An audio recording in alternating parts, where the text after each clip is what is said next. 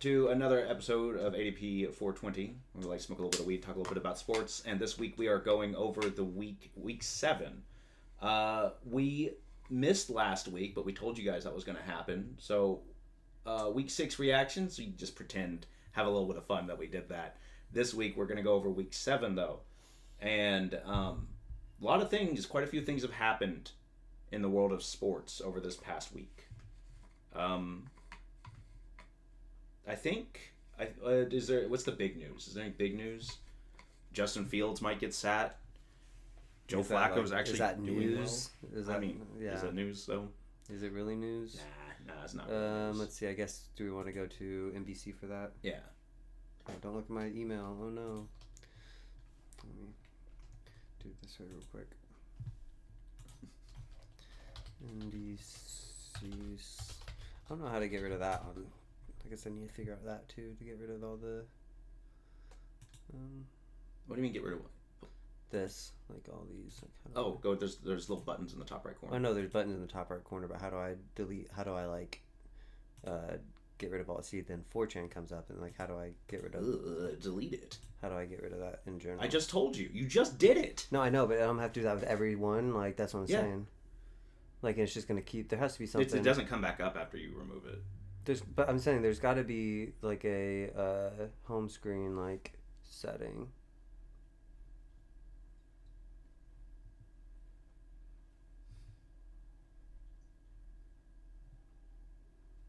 Oh, home. Here we go. Shortcuts. Blank page. Oh, wait.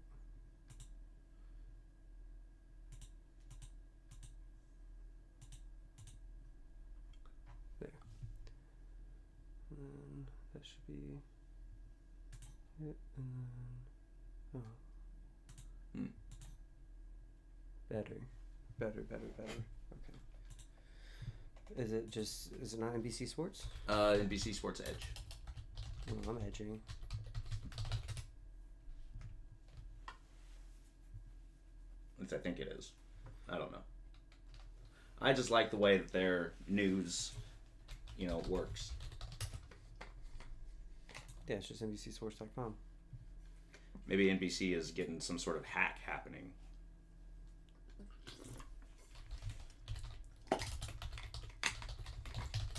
Oh, here we go. And then NFL and player news.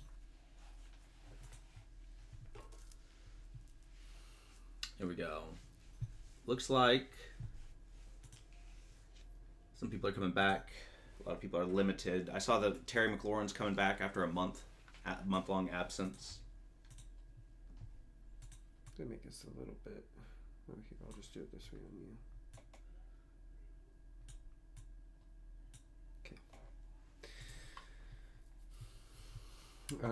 Yeah. Let's see. Alvin Kamara limited. You said you heard who was? Terry McLaurin. Oh, Terry McLaurin's coming back. Yeah, I saw people start picking up now. Baker's limited. Igbuka's not practicing. Oh wait, what's it saying? What? Stream what? Saying the stream something. It's saying current bitrate is lower. Oh, at 1350. Oh, 13500. Oh, well, let's try it. They're recommending 13500. Let's do 13500. You gotta stop sitting.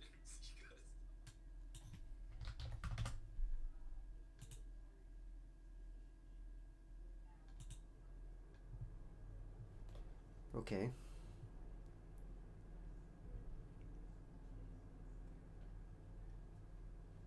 I don't know what you're doing. I changed the bitrate again. I don't know what that means.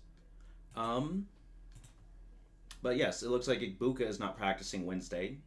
Says that there are no indications. He aggravated his hamstring. It's probably just a maintenance day. So. Yeah, given that he ended up playing this week, I would assume that he's probably going to be playing again. So I'm definitely starting him again next week. I didn't start him this week, but it didn't matter, thankfully. He didn't have a great week, so. It looks like we're okay. Yeah, no, we're fine. Okay. He was just telling me that it was like they recommended I do a higher bit rate, so I'm like, okay, well, I'll go ahead and try it. But even though it's funny now, it's still saying the same thing, that it's 13,684 is lower than 13,500. What does that mean for us? Nothing. It's just stupid. Let's see, settings, quality. Looks like Jerry Jeudy is not practicing. Looks like David Njoku was limited. Oh yes, yeah, we can watch it right here too. Okay. No, it looks good. Looks good to me. Yeah. But I don't know. Cleveland got a win this week, didn't they? Oh wait, is it? Yeah, they beat Miami. Does this? Well, it's not their offense that's really keeping them in the game. It's really their defense, right? Yeah. Yeah, their defense has been. I didn't pay attention too much to the Browns last week at all, really. So I don't know if it was. I know I didn't pick them to win, so. Yeah, neither did I. But they have. I would have to assume it was their defense, though. Yeah, I know they put up like 30 something points in fantasy, so. Svande's limited. Sam Haskins is ruled out. Yeah. I was wrong about that. It's Kamani Vidal's breakout year, finally, after like 2 years of people saying that.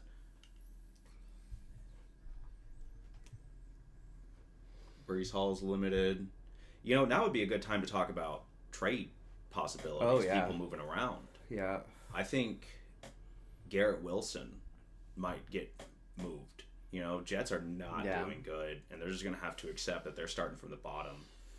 And if they're having to, within, 2 seasons, they're going to have to re-sign him to some mega contract. Like, they're not going to be able to afford him. Yeah. I don't think Garrett Wilson retires a Jet. No. I don't. Does anybody retire a Jet? Good point. Most people, I think, I don't know, who's the last player to spend their whole season and with the Jets? Like modern day player. Like a big player. Yeah. Darrelle Revis? No, he left. He went somewhere else at some point. Let's see.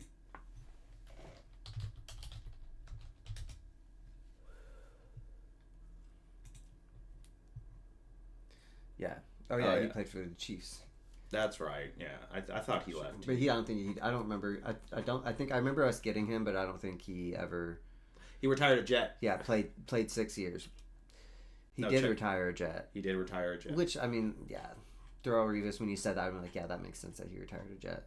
But since then... I can't think of anybody else. Yeah. So that was almost 10 years ago. Mm-hmm. They've been bad. They've been not great. If you're the Jets and you have to keep one of them, are you keeping Sauce Gardner or are you keeping Garrett Wilson? Probably keeping. Oof. I think the way the league's going, I'm keeping offensive. I don't. Yeah, probably. I'm probably keeping Garrett over Sauce. Yeah. I'd keep Sauce. I just think defense. The Browns are proving defenses can win games.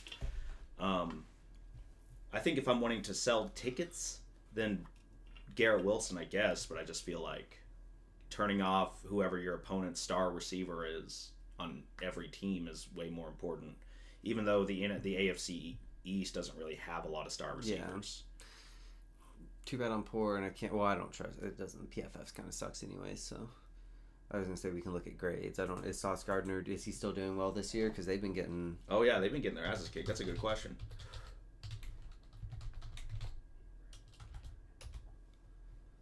Oh, I spelled his name wrong. Situational stats. The first headline I saw was that he was struggling. Oh, this is field position, game half, solo sacks. That's not yards. Okay. This doesn't have anything that I want to see.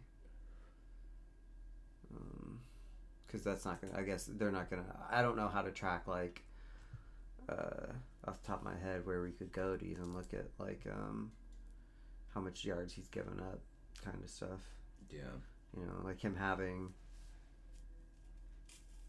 tackles. Is that? I mean, But I mean, yeah. So they put up 13, or they allowed 13 for the last 2 weeks. Mm-hmm.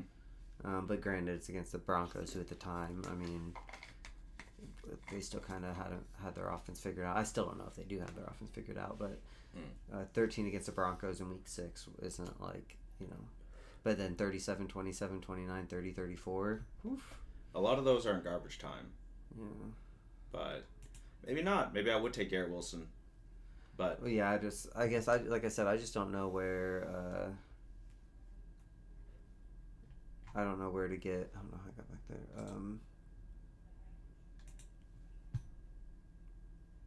Concussion protocol. Oh, here we go. Yeah, so this is on the 2nd, which was he has allowed a 94 ago. passer rating against. And that ranks was 36th out of 73 corners. That was on October 2nd. Oh yeah, that was a month ago. Well, they haven't won a game since, so.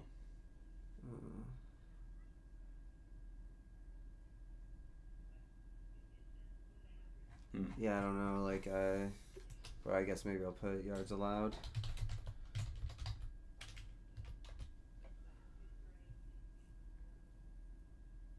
.106 against him.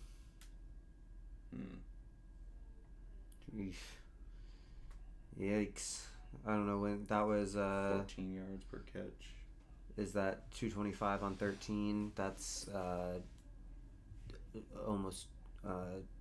That's like 15, 16, right? Yeah. I'm not good enough at math, but almost 14 yards, 14.1 yards per catch. 2 touchdowns, 5 passes defended.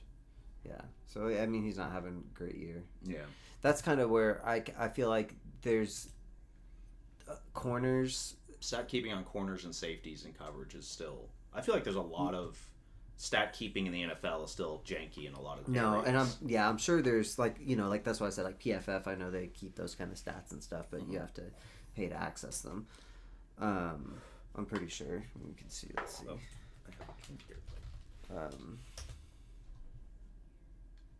Player grades.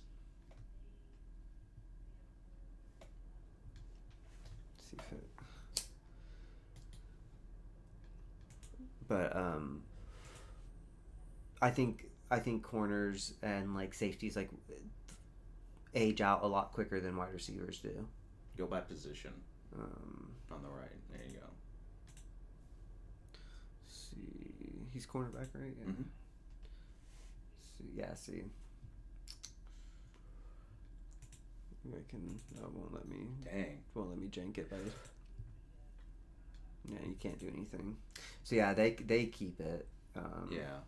I'm sure there's more snaps, defense, pass rush, coverage, age, but it doesn't let you scroll down either. And yeah, you have to PFF plus. Yeah. But yeah, I think corners age out a lot quicker than wide receivers. So I would rather keep a elite wide receiver over an older, like for his position. Like Sauce Gardner's been in the league for like. They were drafted the same year. Oh, were they? Yeah. Oh, okay. Jets got offensive player and defensive player, or rookies of the year that year. I want to say it was 2 years ago. I didn't realize Sauce Gardner. I thought Sauce Gardner had been in longer than that. But yeah, that's where I'm at with that. At least I would. There's also rumors of the Cowboys trading for Max Crosby.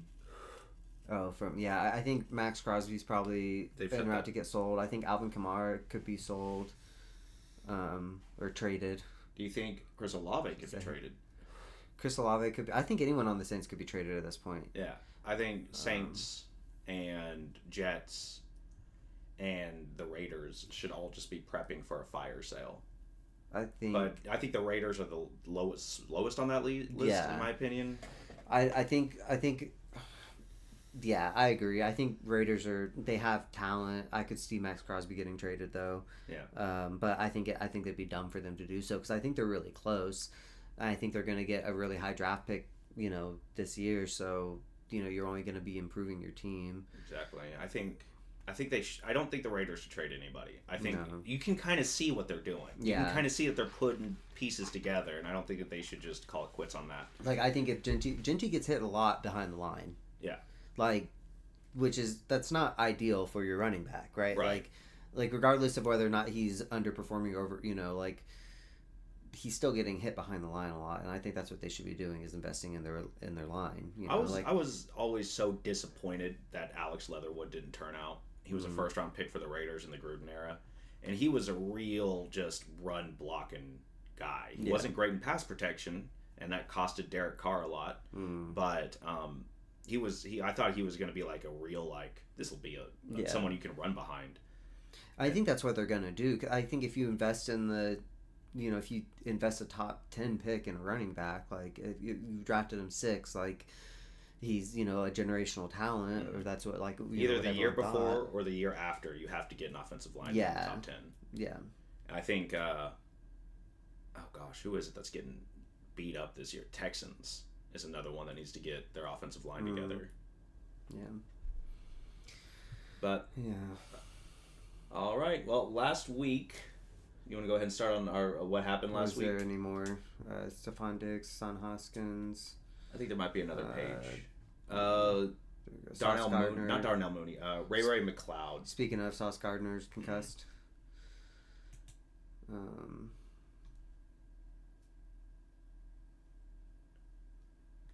Tyrod Taylor is limited.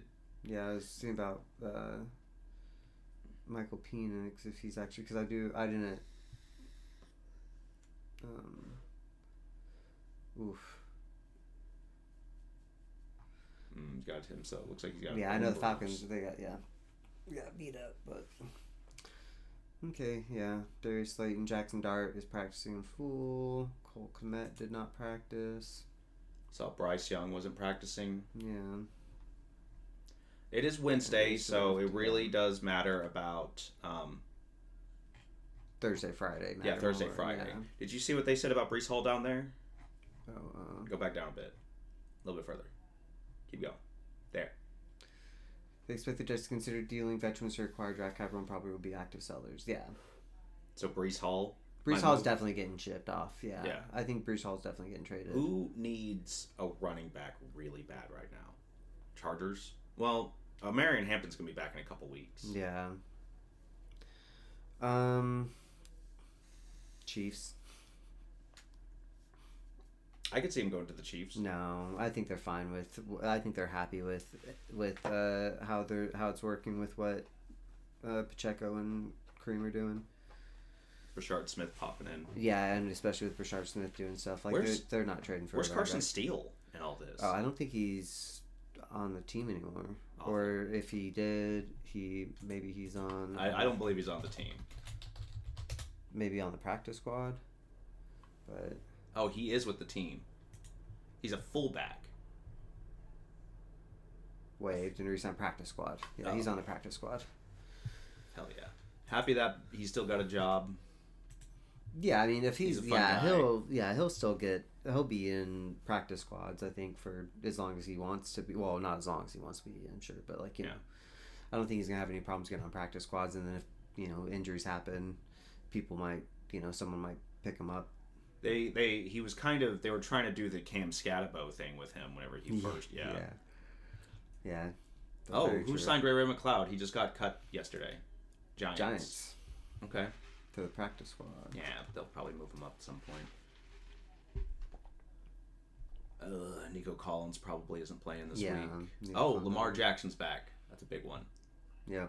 He's returning to practice now. It could happen that he doesn't play, but they need him now more than they ever have.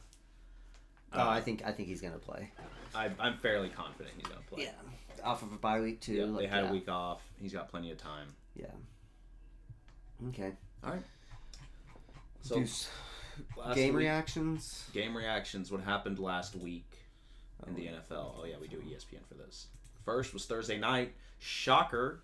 Bengals beating Pittsburgh. Yeah, Now, we talked about this. I had Cincinnati. You thought that was crazy. I did think it was crazy. I didn't think Joe Flacco was just going to come in and, I don't know.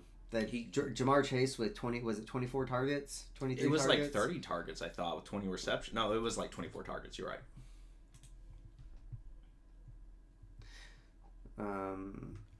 See...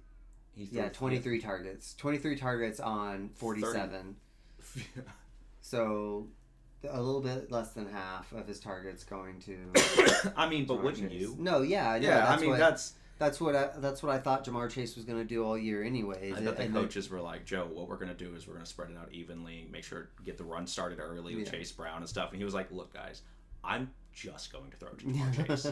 That's what I'm going to do this whole game. Did you see any of the Joe Flacco, like, they were asking him, like, what do you do if, like, Jamar Chase tells you that he's going to change a route?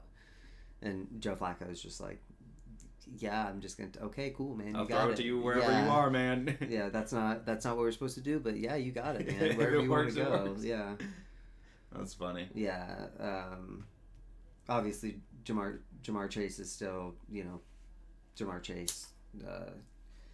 Crazy game in fantasy for him. Top 5 draft pick Jamar Chase. Yeah, dude, he's gonna be fine. Although, I bet it's been really tough being a Jamar Chase fantasy owner up to this point. Yes. Yeah. He still had some good games in there though. Like, there has been a couple games that were rough where I was kind of thinking about trying to get him off of somebody with Ibuka, but. With the way that the Buccaneers receiving room looks like right now, I mean, it's hard for me because Ibuka's moving into wide receiver 1. So yeah, but this was a crazy game. Pat Fryermuth had huge play. This was the just a big quick touchdown here. Did they score too quick? Kind of touchdown. Then 2-minute, 14-second drive to win the game by Joe Flacco. Yeah. Crazy. Aaron Rodgers did almost hit the Hail Mary. Yeah, that was a crazy Hail Mary throw. He still got it. I mean, it was only in his receiver's hands. Yeah. He should have had that, honestly. I think that's kind of crazy that that didn't get caught. That would have been insane, but yeah. Would have been game of the year. Yeah. Also, I did see that it wasn't this game, but it was like, I can't remember which Eagles game it was, where Hurts was thrown into the end zone, and I just still don't know if it was AI or not, but it's like he tries to catch his own like deflection of the he's sprinting towards the end zone to try and catch the deflection of the Hail Mary that he threw at the end zone. And I was like, I don't know if that's AI or not. He's moving quick. That's definitely AI. I don't know, man. That's never happened. No, now I gotta show it to you. I gotta look for it. Jalen Hurts. Yeah, Jalen Hurts tried. Yeah. This isn't a game. Hurts tries to catch his own. I don't know if it was like.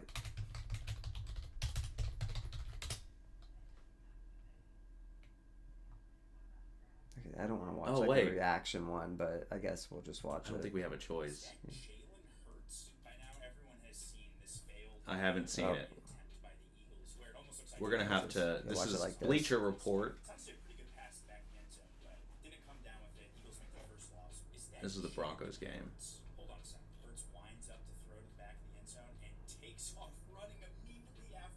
So from the 35. It's not like he's from like the 50 or something, like... Dude, he really does. I didn't know that. Yeah, this was during the Broncos game. Yeah, Broncos, yeah. Like, that's kind of crazy. And could you imagine, like, if it actually got deflected out and he caught that for a touchdown? Like, I would say that he's MVP. Oh, that my God. The entire top 5 argument that would be the coolest. That would be the coolest play I'd ever seen. Yeah. Yeah. Would it make you think about the time that Marcus Mariota did that? Shut up. Okay. Or the time that fucking just I already have that. Now we have fucking Trevor Lawrence. At least it wasn't a playoff game. Trevor Lawrence falling down and getting up for a touchdown. So, Man. Yeah, it's always the weird like plays. Like Yeah, I don't. Anyways, I've seen videos of people reacting to that fall and just immediately abandoning the play and not even watching it, only to turn around and see a touchdown. Yeah, but yeah, this was Cincinnati kind of threw this game away. They were up 20-10, 27-17. They just took their foot off the gas, but just kept pushing. Yeah. It was just 5 this punt here. Yeah, I mean, it's crazy. Yeah, just touchdown, 2 touchdowns. Yeah.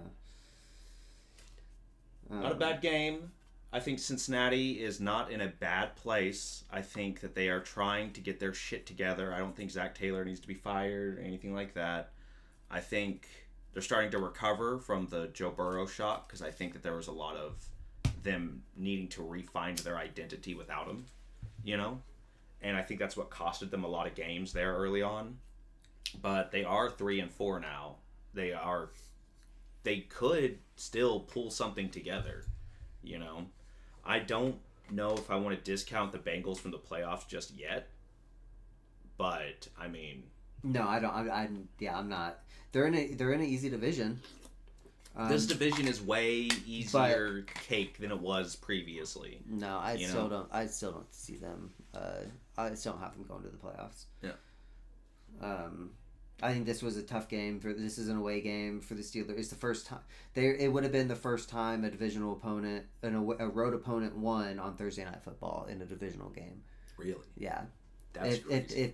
If the Steelers won. Oh, if the Steelers won. Yeah, the away team. This is such a niche stat, but okay. Thursday Night Football divisional games, the away team has never won. I've never realized that. Yeah. Interesting. I saw that stat when I was watching the game. They mentioned it. Like that was what they said is that the Steelers are trying to be the first, away team to win a divisional game on Thursday Night Football. Man, it makes a lot of sense. Yeah. I mean, yeah. It's divisional football. It's a short week. Mm-hmm. You know, there's gonna be travel involved for the away team. It's gonna be less practice time. Less conditioning time. Yeah, divisional home games are always, or away games are always hard, anyways. Mm-hmm. Next would be the Jags. Rams and Jags. We both had the Rams on this one. Yeah. This one was a blowout. I was smart for not starting the Jaguars defense this week. They're not looking as good as they did previously. They're kind of falling off a little bit. Is this a game of the Jaguars being bad or of the Rams being good? Both. It's a little bit of both. Yeah, I think it's both. I mean, the so many 3 and outs. You know, and then missed field goal, awful. Their kicker, is Cam Little. I said that I was rocking with him. I dropped him. I can't do it anymore. Yeah, I mean, to be fair, they were one of the top scoring offenses the first 4 weeks. They were, yeah. Yeah, and then now just. But so were the Saints last year. Yeah, no, I know, yeah, but still, and I don't know. It's just it always happens to me that I'm a Jacksonville hater, so. Should have known better. Shocking that you've taken their kicker in so many leagues. He sank 170-yarder, and you were like, "This guy." And I think I've always thought Jacksonville sucks, so I thought that leads up to a lot of field goals, which means that he's going to be getting a lot of points. Turns out their punter gets a lot of work. Yeah, I mean, 4 and out, or basically a 3 and out. I mean, whatever. Where they get one. Yeah, you're getting sacked a bunch. 7 yards, face mask. Because they got a face mask first down. Yeah. Okay. First down by penalty. And then that's obviously 3 and out. Got a touchdown in garbage time. Down. Yeah, they've pulled down 28-0. That last touchdown by the Rams, the 28, was kind of just like, all right, we're done after this. Yeah. And then they still did it anyway. Well, this is just running. Oh, that was an onside kick. That was the result of an onside kick. Yeah. 2 yard, 6 yard. Penalty, 9-yard run, 4-yard run, 0-yard run, pass, incomplete, run. Yeah, I mean, he had 3 passes on the drive. Mm-hmm. Yeah, I mean, then it was a 1-yard touchdown. Yeah, just not a good day for Jacksonville. No. I think that's going to be the tale of the tape for Jacksonville. Beat up. 14 points in the first quarter. I think the slide is happening. I think now that the Colts have really positioned themselves as the team to beat in that division, the rest of the division they're gonna be struggling. They're fighting for second place right now. So yeah, what's their schedule look like? Let's see.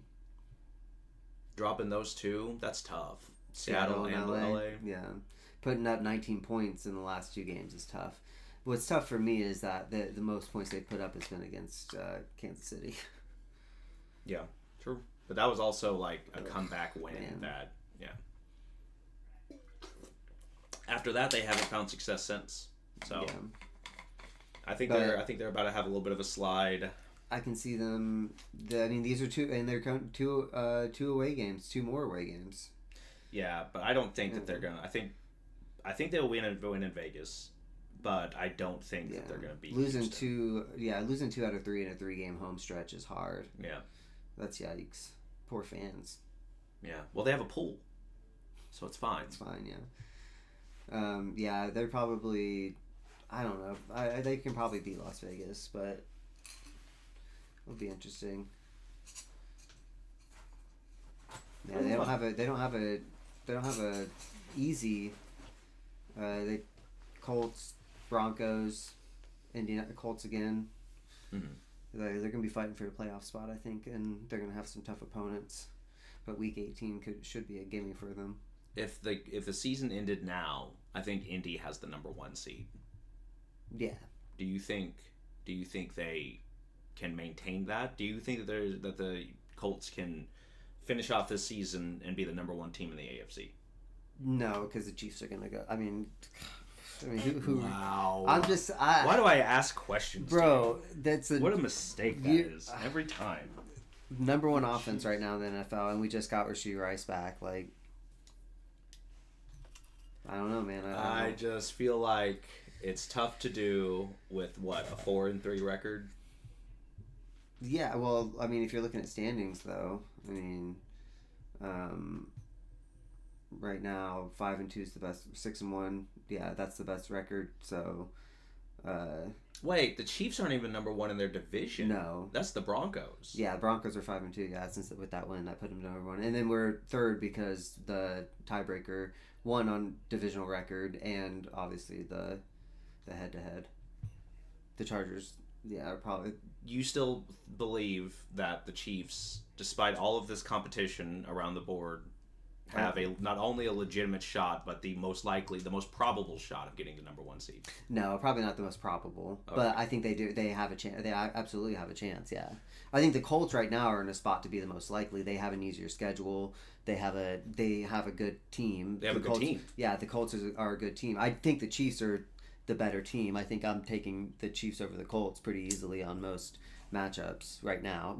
If we were to say this week, if you put Chiefs this week's Chiefs versus this week's Colts, I think Chiefs are winning. Like, and I agree. I mean, our can see offense what looks you're saying, unstoppable. Yeah. Granted, it was against the Raiders, but also look at that. That's not just last week. Like, the Chiefs have been putting up. They have. Yeah, they're number 1 in the AFC. Cowboys have put up 222, but no one else has put up more in the AFC. Oh wait, no, Colts have 232. And that's the team we're talking about. Yeah, but Chiefs have only allowed 124 points, which that is not the lowest. That's the Texans. Texans have only allowed 88 points against them. Yeah. Go down to the NFC. That's the lowest. Yeah. Wow. I didn't realize the Texans were kind of keeping. How are they 2-4? Yeah. 39-point differential too. Yeah. They're just not scoring points. Their offense just isn't doing anything. This is what happens when you're high. Now I'm just going to be like switching to all this stuff. Yeah. Rams only put up 14 against them. Tampa Bay only put up 20. Jacksonville at the time only put up 17. They shut out Tennessee, and that helped. Yeah. And they pretty much shut out Baltimore. That also helped. And they just lost to Seattle. Seattle put up 27. But still, only 88 points against them. Yeah, their defense is looking good. Not bad.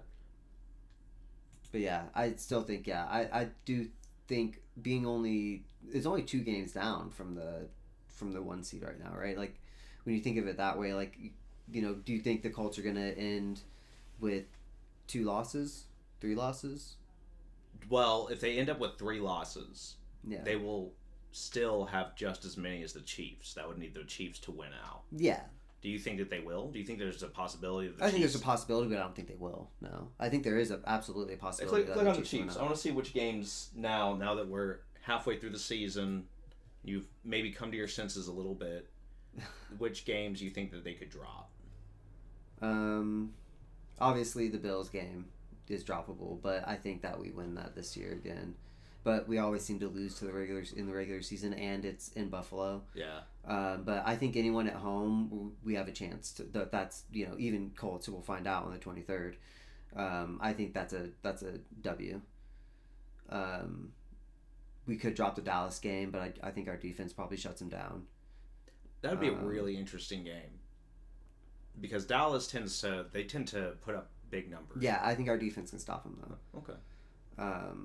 But if we can't, then that's obviously just going to be a shootout because I just don't see.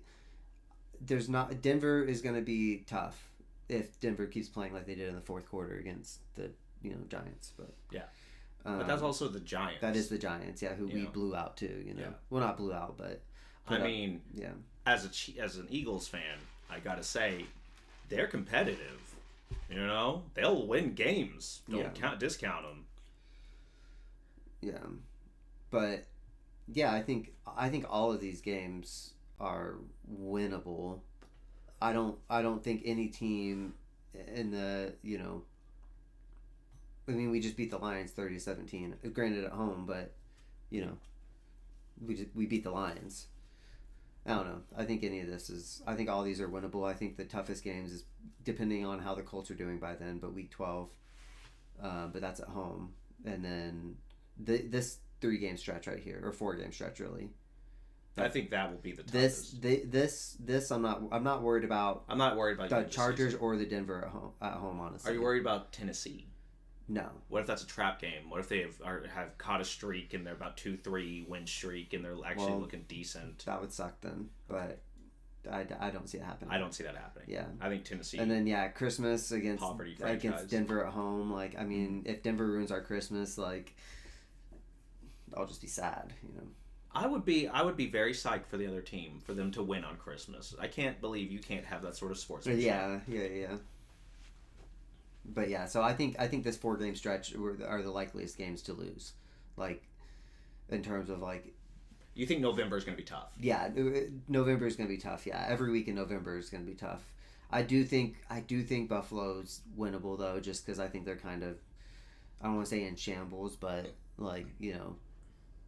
kind of got, I don't want to say figured out either. I don't know, but it seems like they've gotten figured out, and their lack of wide receiver talent I think is kind of showing. And yeah, Josh Allen can't do everything. Well, Buffalo would have better wide receivers if they wouldn't trade away their draft picks to the Chiefs. Yeah. And for the Chiefs to pick them up. Yeah. Instead.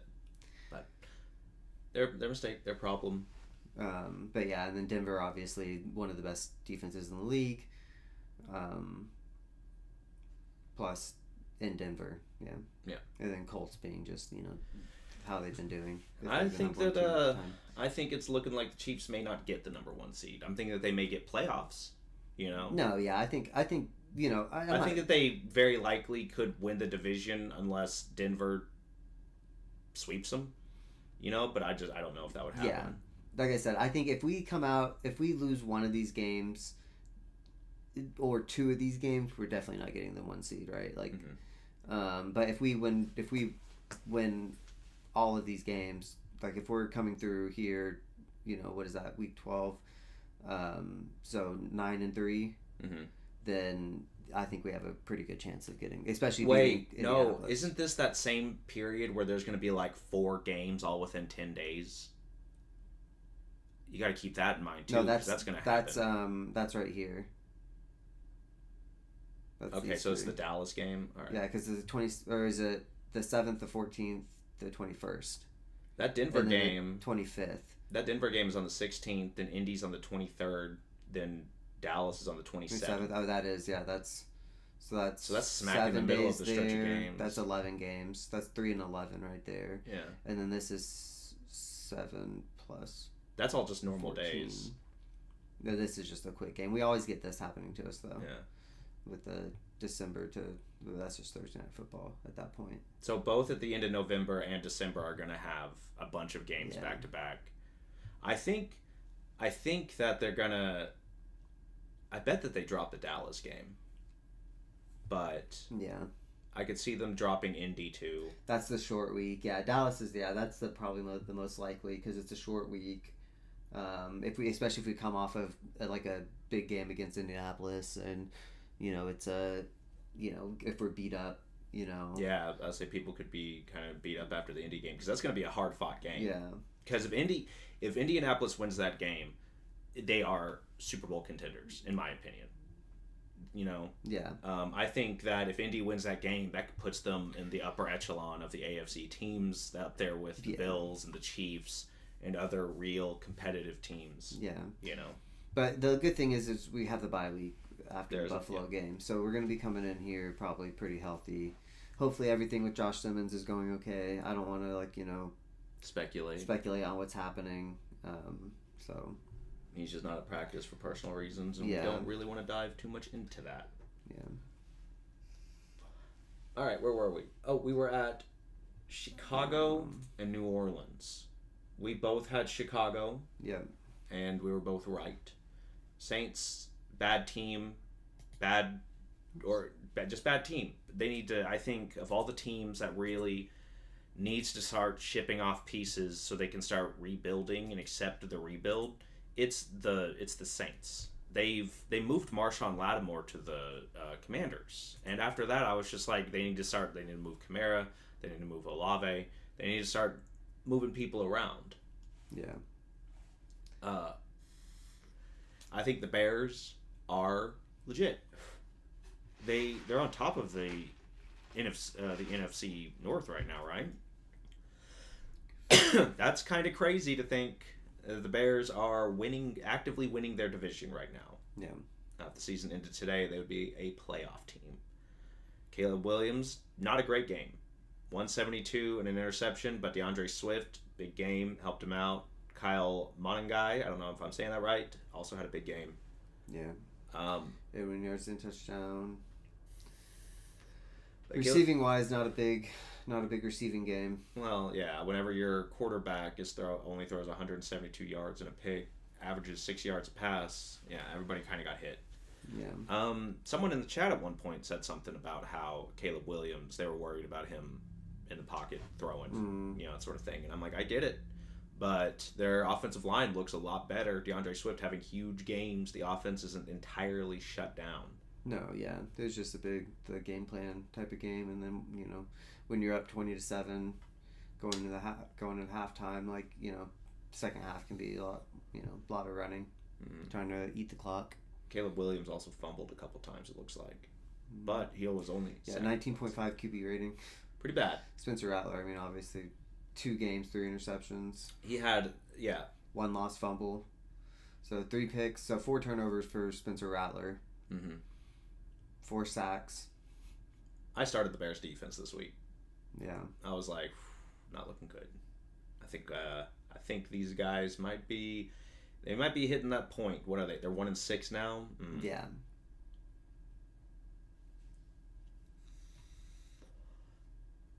Seven QB hits too. Whew. New Orleans has a lot of holes they need to start filling. Yeah.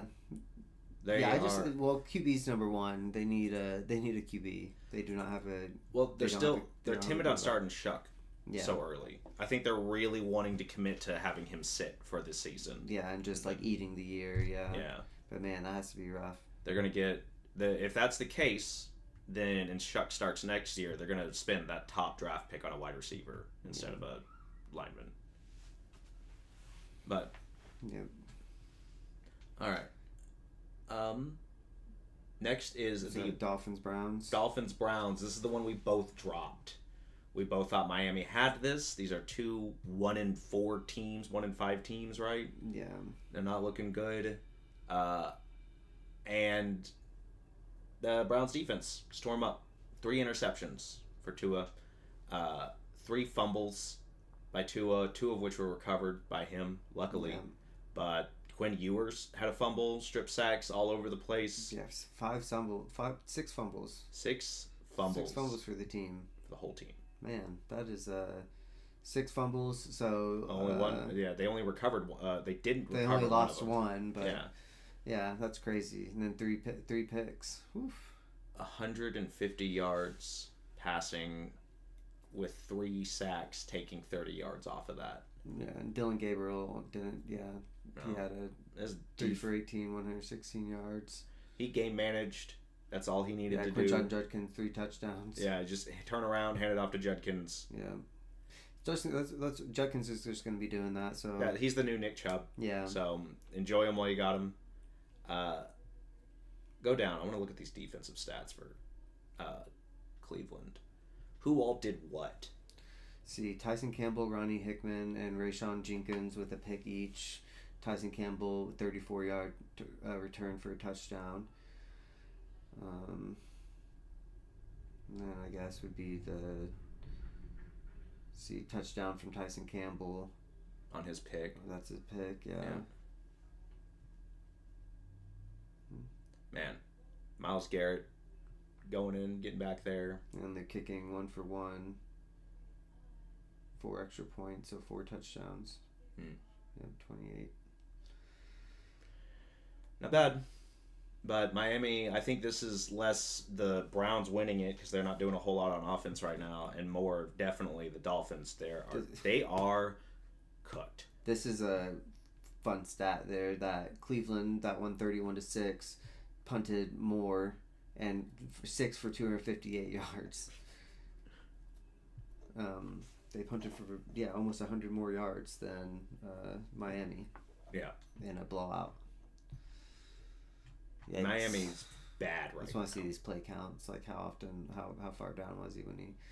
So fumble, 0 play. So that was a first touch fumble. The first play, yeah. One play pick. Wait. Oh, touch. That was the return. That was the return. Okay, so there's the first play of the drive again. Mm-hmm. They are not protecting the ball. How'd they get the ball back here though? Because third quarter, I'm high. Interception. It drives in an interception. First play of the half to come out. Throws a pick for a touchdown. Pick 6. So the first. That is just. How do you not just bench him immediately after that?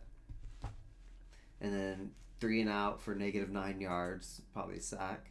Mm-hmm. Yep. Then downs, 12 play, 64-yard turnover on downs. 7 minutes wasted. Oh my gosh! What was it? 4th and 8, short middle for 7 yards. And he got hurt. Man, not good. Yeah. Punt, pick, 3-play pick, 2-play pick. Gosh. Oh, God. Man, this is not a good game. Oh man. So you're looking this over. You're the owner of the Miami Dolphins. What are you doing with Mike Daniels? What are you doing with the whole team? Oh my gosh, I don't know. I don't know what I do. Like, what pieces? Throw it in the trash. Sell it to a different city. The Orlando Dolphins enjoy. Yeah. Go play at Disneyland. I just feel like I don't know what you can do. They don't have people that they can move and start investing in the future. No, yeah. They're married to Tua, and they're having to accept that, you know. Yeah. And he's not good. You know, they're always just there was the tank for Tua and the Heisman run and all that different stuff, and he's just that was like 7 years ago. Yeah. You know, that was long ago. I mean, you have to move on. You're gonna have to realize that draft class, I think in general wasn't that the Trevor Lawrence draft class? Oh, I couldn't. No, that was the Joe Burrow draft class. So then it was good. Yeah. So then it was very good. Yeah. Because I remember, if I'm not mistaken, that was the year everybody was it was the tank for Tua, but then Joe Burrow won the Heisman and came out of nowhere from Ohio State, went to LSU and broke a bunch of freaking records. Yeah, but I remember take for Tua, thinking it was done then. Yeah. But hey, look where you're at now. I think they move. I think they move on. I think they have to. I think they move on from coach and quarterback. Just start over. I think you just have to. I mean, I think McDaniel's getting fired by the end of the year is just a given. Maybe let him finish out the year, you know. Mm-hmm. Who knows? But I don't think he's not a head coach for the Dolphins next year. No, I think if not during the season, it's going to happen during the offseason. Yeah, I think they'll probably wait till the offseason at this point, right? If they haven't yet. Mm-hmm. Joe Burrow went number 1 overall. Other quarterbacks who went was Justin Herbert, which I remember there was a rumor that the Dolphins wanted Justin Herbert, and they went with Tua. And there was also other guys who got drafted, other quarterbacks. This is a pretty decent draft class. And he made the Pro Bowl one year, Tua did. Mm-hmm. But, Jalen Hurts was that year. He got a Super Bowl.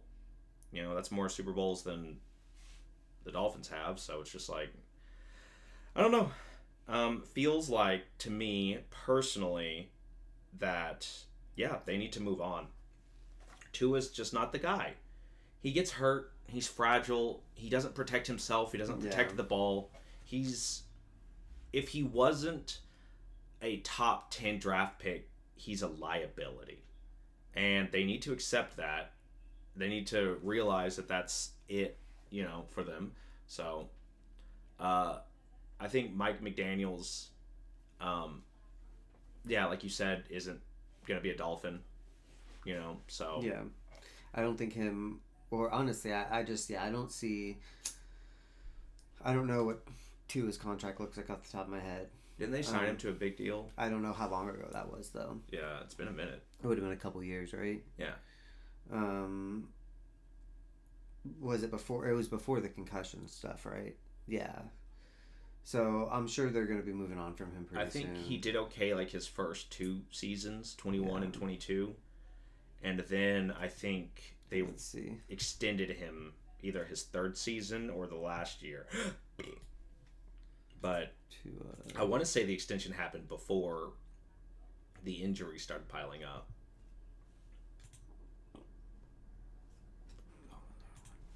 Do you think he's hurt right now? Right now? Do you think he's playing through an injury? Is that why he's not doing well? Because historically, when he didn't do good in the other games, it was whenever he was still hurt. 2023 was his best year. Yeah, that's probably the year they re-signed him. Yeah. And then the next year is whenever all the injuries start happening. Well, yeah, because that would have been, that's his 4th. That's the last year of his, Yeah. Well, I mean, he's played 1 full season. That was the only time he's played a full season. Is really what it looks like too. And he has Tyreek there as well. This is 10 games, 13 games, 13 games, 11 games. Mm-hmm. So those were the Skylar White years, or Mike White, Skylar Thompson.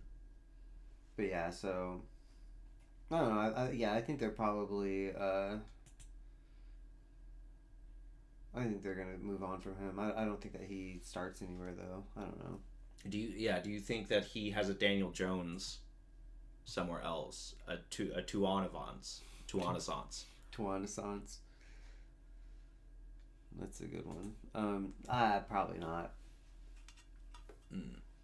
I just don't see him as like the journeyman type. You know, like that. The type. He's got that drive to play ball though. He's got that want, you know. He's just gonna get too beat up. He's just not healthy. Yeah. He's just gonna get hurt too much. Yeah. All right. Next, we have the Patriots and the Titans. We both went Titans. We were both wrong. I'm kidding. We both went Patriots. Yeah. This was an easy one to call. This is the Mike Vrabel revenge game. Mm-hmm. And it showed. Yeah. Patriots are just a good team. Yeah. You know, they are a good team this year. They are 4-0 on the road. They're just I don't know if we can officially say that the dynasty is back, you know? Yeah. But they look good this year. And Drake May looks like he's going to be the guy. Mm-hmm. If he's going to be a competitive Josh Allen, you know, Patrick Mahomes kind of guy, like a top 5 quarterback, maybe not. But if they start building really good pieces around him, which they're obviously trying to do, I think the Patriots are gonna be contenders. Yeah, I think he's a talented enough quarterback to win games. I think that's really all that you need. Like, obviously, I don't think everybody to win championships. I don't think you need to be, Patrick Mahomes, or I like Jalen Hurts. Can do what he needs to do, and obviously has the biggest quads that of any quarterback that's ever played the game. Yes, it's terrifying. So I think obviously that helps a lot. Like that, his thighs are massive, and he has to walk through doors sideways. Yeah, yeah. So yeah, he's obviously massive. You don't have to. But your point is, you don't have to be Patrick Mahomes to win. But he's still the bar to clear. Yeah, is the thing. Jalen Hurts, big and good system and all this. I think that you can have talent in enough different ways to that, that it doesn't matter. Like, obviously, Jalen Hurts won not doing crazy scramble stuff. It was just making good throws to his talented wide receivers in the Super Bowl. Mm-hmm. You know what I mean? Well, I think you have it. Oh, go ahead. No, go ahead. Well, I was going to say that the Chiefs, I feel like they have a really good system. And that's not to be Mahomes is a system, baby. He is. But that's not the point. Because in that same logic, so is Jalen Hurts. Yeah. But also so is Brock Purdy. No. So is Tom Brady. If a system works, it works. Yeah. But I think the Chiefs have one of the best ones that even the system is so good that even whenever certain core pieces like the wide receiver core are depleted, they still can pull off wins. Yeah, because isn't Shanahan he was from Andy Reid's coaching tree, right? He is from. I thought he was from his dad's coaching tree. Is he? Yeah, the Shanahan coaching. Well, I thought. Hold on, let me see. Because it was him, Sean McVay, and Mike McDaniel, and who's the cat from Green Bay? Oh, I'm thinking Matt LaFleur. They all worked for. John Harbaugh. Yeah, they all worked for the then Redskins under Mike Shanahan, and he had RG3 at the time, and all 4 of those coaches have gone on to be really successful. Yeah. So no, he's part of the Shanahan. No, I was thinking the Harbaughs. That's what I was. Yeah, because. I think what's interesting, a study of the NFL and just an observance, is how ineffective the Belichick coaching tree was. Mm-hmm. How that just did not translate to any other team. And the more I think about it, the more I think that it was really Tom the whole time. Oh, no, I think it was. Especially now that Tom went to another team and won there, and it's just... And Belichick, all of his guys, everybody from McDaniels to, I think, did Vrabel ever coach under him, or did he just go, or was he just a linebacker for him? Because Vrabel's looking really good right now. I think that's a fun little story because he was a linebacker for the Patriots during their 2000s, the Super Bowl runs, and but I don't know if he ever coached under Belichick. No, I don't think he did. I think he played for him. Yeah. So, I mean, I feel like that would be the best situation for Belichick as far as a legacy in coaching, other than the 7 Super Bowl rings or whatever the hell, is the fact that the players that played under him went on to be successful coaches themselves. Yeah. Not necessarily the staff that Belichick built, but the players that he coached went on to be great coaches. And I'm like, that might be better than just being like, I taught my son, and his little buddies, and now they're all over the NFL and they're winning a bunch of money. So, Vrabel apparently rejected Bill Belichick offered to be an assistant coach. Interesting. Yeah, and Vrabel said no. He was like, I love your message, but I really don't want to work under you, dude. With you. Or with you, yeah. Because he'd be under him. Bill Belichick would have been the assistant coach. Oh. That's what he's saying. Interesting. He was like, he apparently denied, or I wouldn't want that either. He rejected the offer of Bill Belichick being his assistant coach. I wouldn't want that. I wouldn't want my boss to be under me, my former boss, because that would just create a lot of internal stuff. It would just be weird having it be Bill Belichick too. That's like in the building, and he's like, it has like Big Michael being like, "No, guys, I'm co-manager." Yeah. Like we're co-managers. Yes. Yeah, I wouldn't want that either. Yeah. Vrabel would need to be able to take the reins, and it works. It shows that it works. Yeah. I'm happy Ramondre Stevenson's still healthy.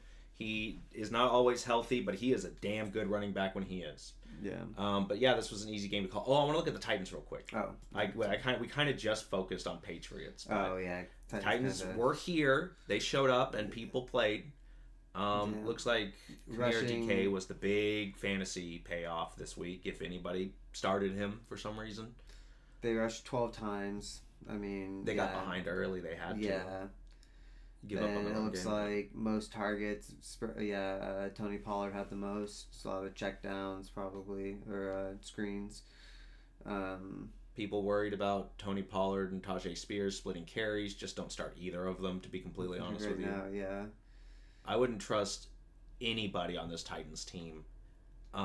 Is their defense? I would ask if their defense was any good, but they also gave up 31 points to a non-divisional rival at home. No. 5 sacks. They are going to need help everywhere, it looks like. No interceptions. Yeah, just one pick by New England. So Cam really Ward it was threw an interception. Nice. Yeah, New England's defense, I mean, 5 sacks, 1 pick, 1 touchdown, fumble recovery, I assume then. How many passing yards did New England get? Because they were up against L'Jarius Sneed and 255. Is Sneed a system baby? Is Sneed? I thought is he so injured? No, he played. Oh, he played? He had snaps this week. Yeah. He's down there. 2 tackles. Yeah. He's just, I think, he's just, like I said, he's aging. He's been in the league for a long time. Yeah, cornerbacks, you're right. I think they age quicker. How long has he been in? This is his... and the thing is like, I think cornerbacks struggle to accept that they age out faster. 6. This is his 6th year. And yeah, he didn't have a full season last year either. Yep. Okay, he got injured. So he's coming off of injury, and he's only played 28. Every game. He's 28. Yeah. I just think, man, I don't know. I think you get, as I've gotten older too, I don't know. I feel like I'm sure, obviously they're like rich athletes and dedicate their lives to like staying in shape and stuff, but I think, when you're going against, people who are coming in at 21, 22, who are fresh out of college, who are 6'4" and run 240s. And yeah, dude, like, that's the thing. After an injury, too, like just the fact that age exists is really what keeps the NFL meta in check. Yeah. Because it's like when you see these greats like Derrick Henry and stuff, and you think, how could this ever end? Yeah. And then you start to see it. And you're like, oh man, Mike Evans is gonna. This is the first time since I've been. Not gonna have 1,000. He's not gonna have a 1,000-yard season. Sad. It's crazy to see that. It's just like, man, these were the. I remember him at A&M. He was Manziel's safety blanket. Oh man, Manziel did the. Have you seen that or heard about the show where they bring in a bunch of celebrities to do like the SWAT training or not SWAT they wear the mask and sing. Yeah. No. What's it? Like Special Forces training. It's called Special Forces. Yeah. No, they come in and it's just basically doing like military. Did Manziel do this? Yes. That's dope. Was it good? Recent, he quit. He gave up. That sounds. Yeah. You know what? That's actually kind of what. Yeah. You should expect from Manziel. Yeah. No, that's part of like his whole. It's supposed to be like it's a little bit of reality TV because it's like. They're interviewing them and talking about like Jussie Smollett did this season too, which was kind of funny. Man, what is this? Yeah, I know, right? This is worse than the Surreal Life cast, bottom of the barrel celebrities. Well, I mean, that's kind of but like they have some like just like former athletes. They have a couple former athletes. They're bringing on what's his name, the guy who's the Republican that just got cleared of all those charges, Soros or whatever. Oh, George. Oh no, I know who you're talking about. No, I can't remember his, I know who you're talking about. It's not George Soros, but it's the other guy. Yeah, he was in the he was lying about all that shit. Yeah, he just took a bunch of campaign money. Yeah. Which, I mean, don't they? Well, and he was lying about that's the whole thing too, is that he was lying about like where he's from and who, like his past and stuff like that. Like there's like a bunch people do that every day. No, I know, but it was like crazy stuff. Like yeah, I just remember it coming out. Crazy. I just remember all the drama about it. Yeah, that he was just like lying about all these like, you know, lying about a ton of shit that was like easily verifiably false. Mm. But anyways, football. But no, yeah, Johnny Manziel was funny. He just quit. Yeah, I would too. I mean, to be fair to Johnny Manziel, I'm not doing. They were like crawling through a tunnel, and like there's a dead end, and like you know they have parts where you're like in water. It's like up to here, and you have to like get on your back and like crawl through it and stuff. And he should do McCamey Manor. He should try and do that. Manziel does McCamey Manor. Yeah. Just to, does that guy still do it? Huh? Is that guy still doing that? I think he officially gave up last year. Yeah, because I said he's just getting sued a bunch. He's getting sued all the time. Yeah. And he's not doing his paperwork and shit. So he's getting sued and he's under investigation. It's just But anyways, it's bad game for the Titans. Bad game for the Titans. This is just they're just not good. They are. I feel like they could, in a season or two, with some good free agency signings on the offensive line and in the depths, especially in the trenches, and getting a couple high picks, good targets for Cam Ward to throw to, and some edge rushers to kind of put some pressure on their opponents, I think that they could be good. They are not. They're going to be a top 5 draft pick this year, and they're going to need to spend that on whoever the best. How often is Cam Ward getting sacked? 5? He got sacked 5 times? Yeah. Man, I would get an offensive lineman. 5 sacks, 5 QB hits. They may get a wide receiver, though. They may just get whoever the best wide receiver is. So they just counting the sacks as the QB hits. Yeah. Oh, they are. But they're gonna need some sort of lineman to anchor their offense behind. Oh well. All right. Yeah, if you have anyone on, I'm not starting anybody on Don't start any. I would leave every Tennessee player. I wouldn't even take a shot with Calvin Ridley's hurt even right on now. Even on a good matchup, I'm probably still not, unless my team is just like that awful. If you are just in a deep league and you have to start a Titan, game script is going to have them passing a lot. Yeah. You know, there's going to be a lot of games like this where they're going to be they're going to be having to pass, you know, and Cam Ward will have good games on occasion, but I just don't see the Titans being anything fantasy salvageable at the moment. Yeah. So, but if you have a Patriot, why not? Oof. All right, next one is the Las Vegas Raiders and the Kansas City Chiefs. I didn't know Kansas City had a team. All right. Well, they did pretty good too. Look at that. Huh. Yeah. Well, it's really nice when these expansion teams come into the league and do really well early on, you know, because I wasn't aware that the Chiefs, that seems a little problematic. All right. So, nah, it's fine. This was just a. I mean, this was a gimme, dude. I mean, I was surprised they didn't turn the game off.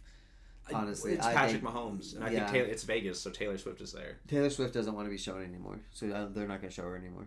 Oh, did she officially say? I think she said. Yeah, I think she said that she didn't want to be. That's what someone said that when we were watching the game. So, and she seemed like she would know what she was talking about. So, I think in the state of the world we have right now, it's probably best for a lot of people who have huge online and social presences to start distancing themselves from that.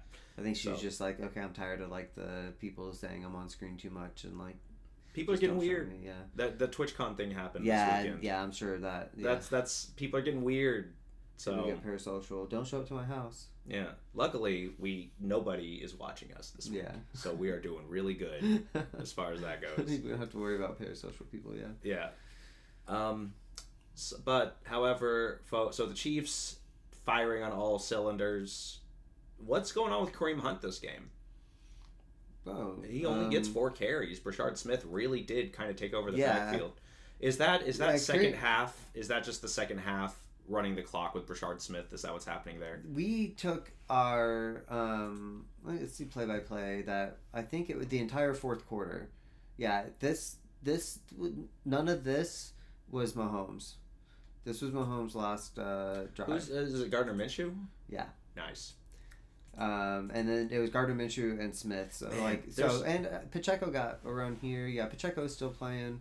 there's an alternate universe where Gardner Minshew is handing off to Carson Steele right now, and it's the most just absolute batshit backfield. Yeah, this is literally 1, 2, 3. Yeah, it 4, looks like they're just 5, trying to kill the clock.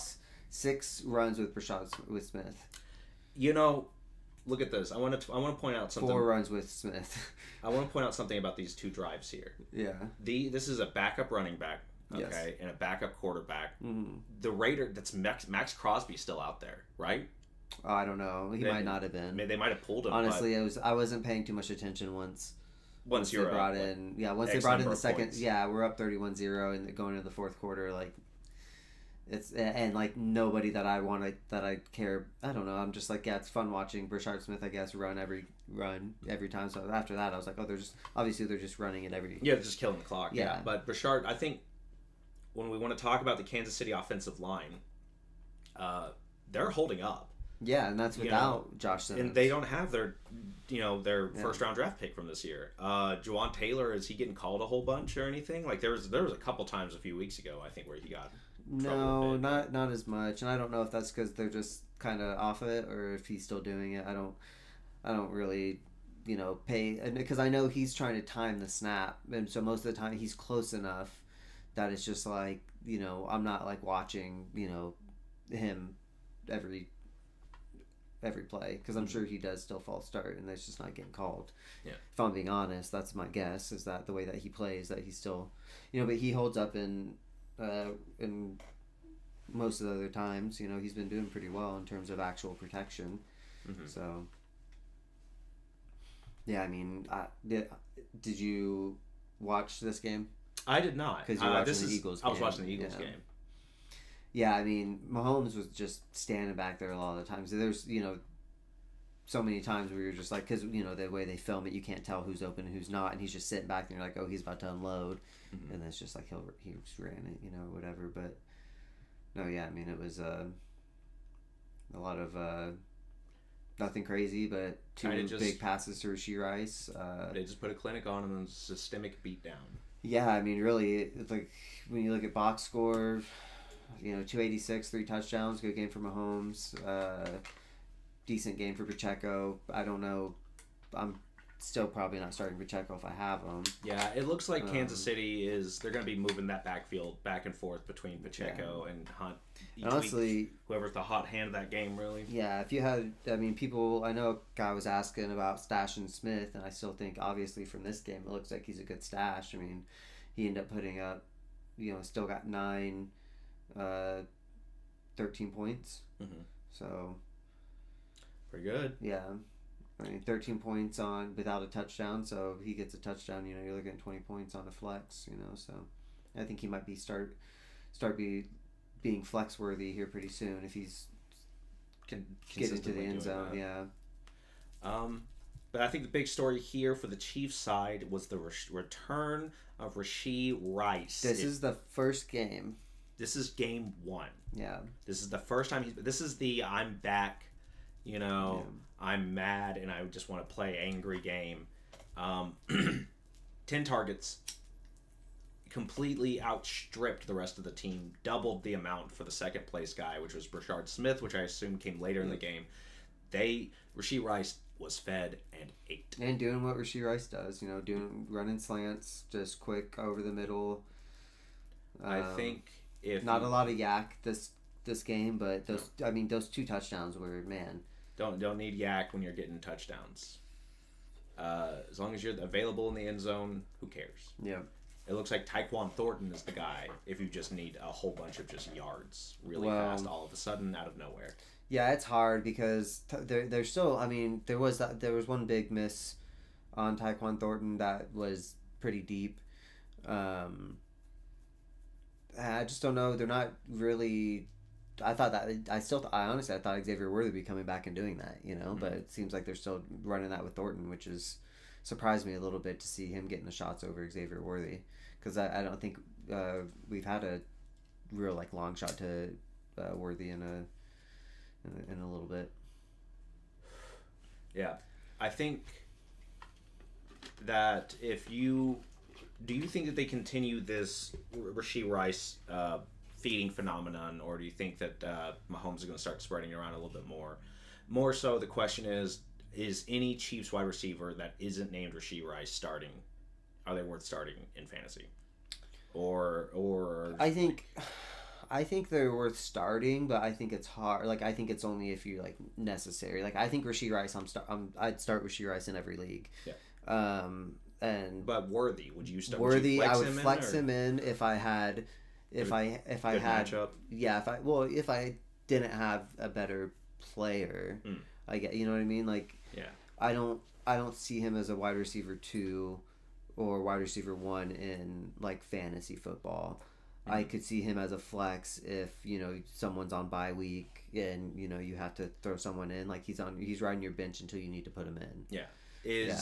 But for the people who are sitting on Hollywood and Smith-Schuster, is it time to let them go, or do you think that they're worth holding on to for flex spots? I think if you have like if you have Xavier Worthy, Hollywood Brown, and I think those are, you know, Juju too. You know, I think they're all in the kind of the same position where it's like if you have 2 out of 3, just pick your favorite and drop the other one. You know, but if you have any of those and they're on your bench, they're just, or any 3 of them are on your bench waiting to, like, for you to have someone on bye. In my opinion, I don't think that they're ever worth just flexing in as like I think it's a good matchup. You know, I think when you start after the second wide receiver in Kansas City, then you know Kelsey's still going to be in the mix. I think Worthy, or I think Hollywood Brown and Juju Smith-Schuster, if you have them, it's probably not a bad idea to drop them. And you might get a running back who's going to be starting because of an injury or something. So I just think that they're not worth really holding on to. I think there's only 4 fantasy relevant, super relevant players on the Chiefs: Mahomes, Kelsey, Rice, and Worthy. And sometimes Pacheco. Yeah. So I think Hunt can have good games, but I think he's too much of a dart throw. And I do think Brashad Smith is going to start. I think depending on how if they continue ramping up his involvement, he's eventually, I could see him, you know, taking over carries from Pacheco. So we'll see how it goes. Yeah. Obviously, that's like and you know, with Andy, he's more likely to, obviously the 12 carries, whatever Brashad Smith got was at the end of a blowout. So, but he was getting the reception backyards. You know, like if he's in, you know, 5 for 42. You know. Yeah. So, he's quick. So yeah, but obviously Las Vegas. Bad. I mean, just bad. I guess I'm still starting Genty. I don't know. Like, why wouldn't you at this point? You spent a first round pick on him. You might as well start him. He'll have big games like he did a couple weeks ago, but the Las Vegas Raiders are bad right now. Yeah. Geno Smith isn't good. I'm definitely. I'm not starting Geno Smith. Of course, that one time Geno Smith didn't throw a pick this game. No. So almost dropped a fumble, but it turns out that Kenny Pickett was the one who lost the fumble this game. Not a good game. The Raiders look bad. Is Pete Carroll cooked? Is he too out of the game for today's game? I think you got to give him 2 years, right? 2 years? You at least got to give him 2 years. Give him a shot, yeah. I think that's like most, you know, like I don't ever expect a coach to be able to come in. They do have a lot of talent. Like you don't want to be the new Browns and just cycle through a head coach. Yeah, every season, exactly. You know? And like I think that, you know, you're kind of coming into the game. Geno Smith has thrown a lot of interceptions, you know, like he had 67 yards passing this week. Yeah. He only got sacked once, but running backs are not making any. That was Chris Jones sacked too. Oh, yeah. He's thrown 7 picks on 3 touchdowns this season. On 3 touchdowns. Do you think the Raiders made a mistake not drafting a quarterback higher? Because they didn't draft one. Everybody was like, they were getting mocked Shador and Jackson Dart a couple times. Well, I think if they could have, I don't know. Obviously, I think they should have like taken a young QB if you're getting Geno Smith. I don't know. I mean, no shade to him. I mean, but, you know, he's as old as us. You know that he's our age. Yeah. He's our age. Yeah. So you know, it's just like, you know, you're getting an older quarterback. Like you should be having, you know, I know they have he's injured, right? Aiden O'Connell. Kenny Pickett is who's taking snaps. Yeah, but Aiden O'Connell's injured, isn't he? I think so. Did yeah. they just? But Kenny Pickett, he won a Super Bowl, so there's some clout there. Yeah, and they traded for him. They gave up draft picks for him. So, I think. Do you think that there's going to be a point this season that they not necessarily give up on Geno, but he does get benched? Yeah. Do you think it's coming up soon? Mm. I would say you got another couple weeks in him, but I feel like, especially either after the season's lost or if there's a chance they can salvage it, there's no chance they can salvage it. I don't think that there's any way. I think the Raiders they're going to be a top 5 draft pick next year, and that's fine. They need to spend it on what looks like a quarterback really bad. They might be the number 1 draft pick. The Jets exist. Yeah, but I mean, they're both. I mean, I guess I don't see the Raiders might not win another game. They already won against the Titans. That was their. Jacoby Myers wants out of Vegas. Yeah, for sure still wants to be traded. Sorry, buddy, no room on the Chiefs. But yeah, a great game from the Chiefs. I mean, honestly, their offense has just been humming, and now that this is the first game that Rashee Rice, Hollywood Brown, and Xavier Worthy have all played together. So, I think if those 3 are healthy, and I mean, it wasn't Travis Kelce did good, but it was Noah Gray had a huge catch too. We still have, even if Travis Kelce's not there, we're gonna have options next year. I just don't. Chiefs are good. That's all, and I really don't. I don't see us not making it to the AFC Championship again. Okay. Regardless of how it happens, I think if this is what our team looks like, I mean, granted, I know it's against the Raiders, but if we're putting up 27 plus every game, and our defense, historically is tends to get better as the year goes on. Mm-hmm. So we have one of in my opinion, one of the best D coordinators of all time. Mm-hmm. So. All right, not bad. Chiefs down to the Philadelphia Eagles and the Minnesota Vikings. I did not think that the Eagles were going to win this game, to be honest with you. I thought we were doing pretty bad. We lost 2 games in a row. I felt like the slide was beginning, and it didn't feel good. But this game wasn't bad. First time Hurts has had over 300 passing yards this season. They said he couldn't pass. He threw all over the Vikings. Yeah. A.J. Brown did really good. Devontae Smith had career bests. I mean, the only victim in all of this is really Saquon Barkley. It was kind of funny. Just 1 touchdown a quarter. Just so... Touchdown. Yep. A lot of in-between stuff. punt. Oh, yeah, and this was the defensive one. So 3 offensive touchdowns. Mm-hmm. Were they all passes? All passes. Yep. Two to A.J. Brown, 1 to Devontae. Yep. Yeah, man, Devontae Smith had a game. I mean, I think we've talked about it too, is that it's kind of still seems like, it's still... A.J. Brown had a big game last week, but it still seems like Devontae Smith is still going through him more often than not. Devontae Smith is starting to turn into a wide receiver 1. There's a lot of rumors that A.J. Brown's going to find himself trying to get out of there. Mm-hmm. And I don't know if that's just people stirring shit up. But I don't know. I saw that people like that mic'd up footage of him, or I don't know if it just caught him on the mic where he's like, "This was when you throw me the ball. Throw me the ball." Yeah, I heard that. Yeah, I think that. I think he might want out. He might want. He's got his ring. I don't know what else he would need in Come Philly. to Kansas City. You just said there wasn't room for Jacoby Myers, but suddenly they have room for A.J. Brown. There's always room for A.J. Brown. I feel like there's a lot of wide receiver teams, needy teams in the NFL right now because of injuries and just lack of talent. But he wants to be better than he said. Durant didn't got shit. I'm gonna do it, and Philly's gonna still love me.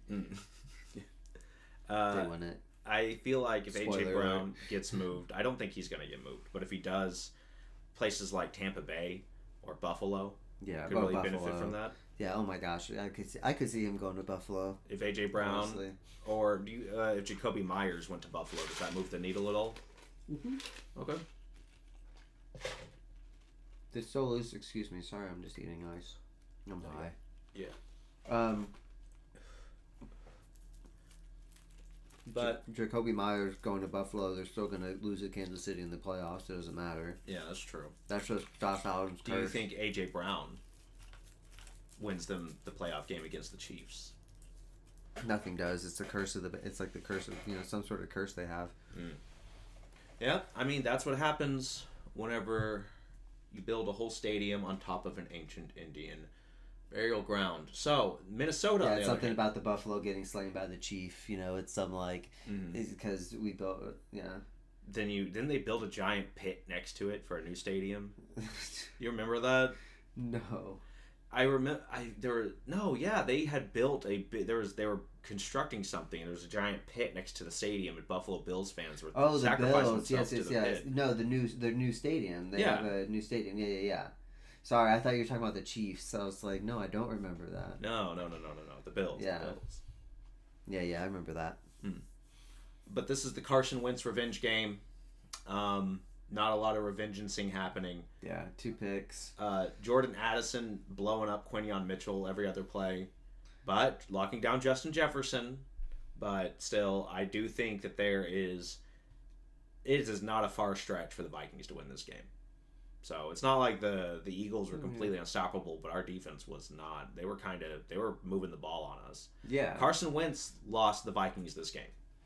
Yeah, I was gonna say I want to see when the 2 field goals here.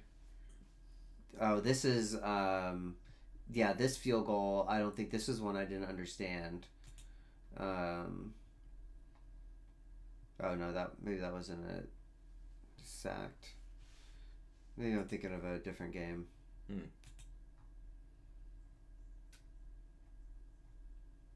4th and goal at the 11. Oh yeah, they should have gone for it there. Yeah, I think that was where I was like, why are you...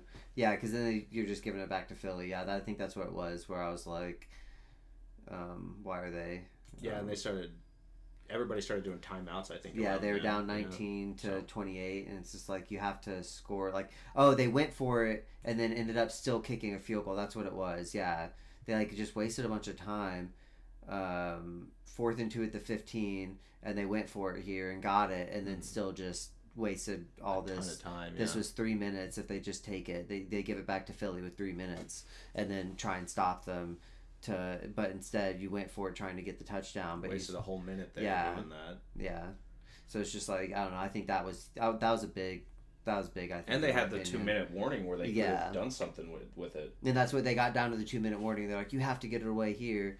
Like, you have to get if you're going to do your last play, you have to do it before the 2-minute warning. It's like, now you're rushing to try and get it on 3rd down when you're probably just going to kick a field goal because, if you go for it, you're losing, I don't know. Yeah, there's a bad coaching, and obviously Carson Wentz isn't him, but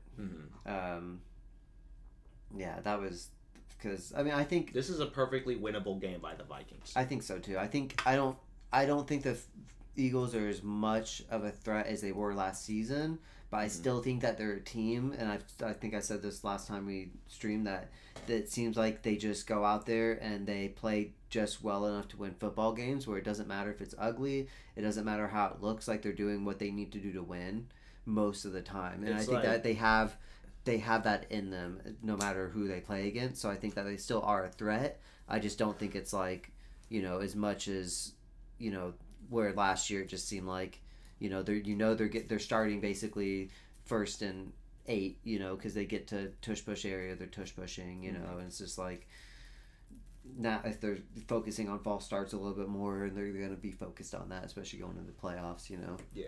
So, and I think that's how they're going to kill it, is they're just going to start calling false start as often as, like, if like that guy moves, there's going to be like false start, And then we're going to get times when it wasn't a false start, or, it looked like, he barely didn't, like he was doing it just as he snapped, but blah, blah, blah, Do you think it's going to get banned? Yeah. I do think that after that 4 in a row that they pulled a couple weeks ago, I think that moved the needle. Unfortunately, against the push push, just because it's not fun football. Yeah. It's not fun to watch. It's not. Yeah. It's not good ball. So. How many times did they tush push this game? I can't recall. It wasn't that many times though. Jalen Hurts 4 carries, -10 yards. And Probably kneeling. No. Yeah. I don't know how to tell how many. There's not going to be a way. Well, I mean, you can just second and 2, third and 5, fourth and 1. Here you go. That's a tush push. It doesn't necessarily mean fourth and 1 up the middle for 1 yard. That's a tush push. It's showing all the signs of a tush push, but that doesn't necessarily mean that they were. So that's one on their first drive. I mean, that's enough for me already. You know, right. That's not going to be one. That's not going to be one. That's not going to be one. That's not going to be one. Well, actually, this might. Let's see. First, nope.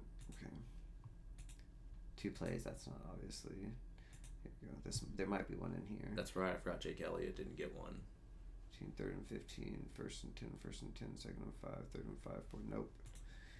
And then, we got to check, I think it's insane that we're taking time out of our day to just inspect the Eagles' offense for the amount of tush pushes. So, yeah, I think it's we're talking about tush pushes. They only tush push once, it looks like. Yeah. They did it 4 in a row a couple weeks ago. Gotten a little bit of, hey, guys, you need to settle down on the tush pushes. And they were like, fine. So they only did it once, but in their first drive, though, which is, kind of just funny. But yeah. Other than that, Saquon Barkley, another bad game for Saquon. Yeah. Just not. He's just not. I think it's the Madden curse. Yeah. I drafted him in fantasy. That might also be it. It's a bunch of things that are not working out for Saquon Barkley right now, and that's fine. He got his 2,000 yards. He got his reverse hurdle, and he got the Madden cover, and he got a Super Bowl ring. I'm fine with it if Saquon has a down year. He's getting older, Yeah. So he was one of the best, and he's going to retire as one of the best. So, in fact, to be honest with you, I think out of all of these guys on this roster right now, Saquon has the best chance of making the Hall of Fame. So, I think he's an actual Hall of Famer on the field right now. Do you think he's first ballot? Yeah. He's 2,000 yards. He has a Super Bowl ring. Yeah. His shrine in Canton is gonna have him jumping over that guy. Backwards? Yes. Yeah. 100%. I mean, that's the coolest. Yeah. Do you think if Amon-Ra makes it, it'll be the head, when he's on his head, like the vertical catch? I would hope so, but I doubt it. Yeah. No. Yeah, I would hope so. It'd be cool. Other than that, yeah, just this was a game that the Eagles won, but the Vikings, they had a shot. It wasn't the Eagles' belief is ugly wins are better than pretty losses. Yeah. And so we get a ton of ugly wins. But I think that Jalen Hurts looked really good. Yeah, no, he did. Go ahead. What were you saying? Oh, I was gonna say I think the Eagles are beatable. I think that they're very. Yeah, I think that they are soft. I think that they can be beaten. I don't know. I don't think I'm we're gonna going say back. soft. I just think that that they can't. They're not. They're scraping by. They have tendencies to they're more prone to error this year. Excuse me. All right. Yeah, maybe not soft, but definitely prone to error. I'll give them that. It kind of seems like you said. I don't want to say Super Bowl slump, because I really don't believe in that. But I. Do you believe in the Madden curse? Yeah. That's insane. Yeah. Super Bowl slump. No, Pat Mahomes broke the Madden curse. He also broke the Super Bowl slump. Yeah. Well, I mean, there's been teams I've gone back to back, So I mean, that's already there's already outliers to that before the Chiefs did it, but I just feel like I just want to go to one more, they get 4 in a row and be like, hey, sorry Bills, you're not the only one. Yeah, but we won ours. Yeah. The Eagles, I think, are just. Well, I don't think we're going back to the Super Bowl. I think honestly, the Buccaneers might have the best shot out of the NFC. You don't think Lions?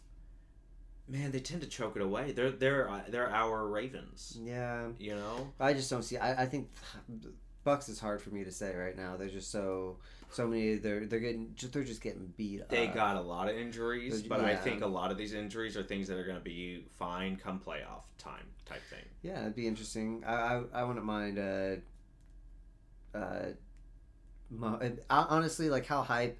I know this is a little bit homer for me too, but Mahomes and Baker Mayfield Super Bowl, like after what they did in that Texas Tech OU game. That's what I'm saying. Like, yeah, that would be hype. nutty. Yeah, that would be so hype. The stories on that would be so crazy. That would be yeah.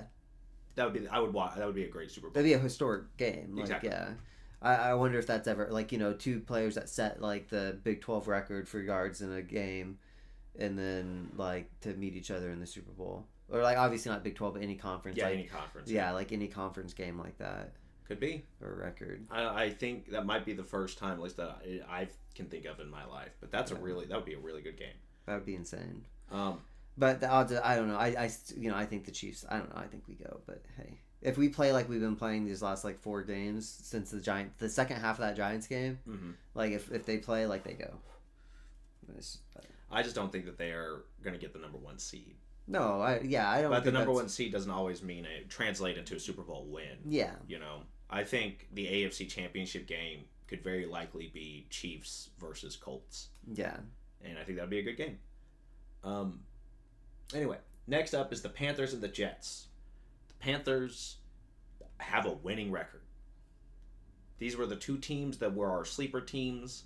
At the beginning of the year, we both pretty much agreed that out of the AFC and the NFC, that these 2 teams were the ones that were the dark horses. Yes. So how wrong we were. So the Panthers, not bad actually. Well, not they bad. put up 13 against the Jets. I mean, yeah, but they're not. I know the Jets defense is pretty decent. They shut out the Falcons. Yeah. Still, they're gonna hold. That's their Super Bowl win this year for the Panthers, is shutting out the Falcons in Week 3.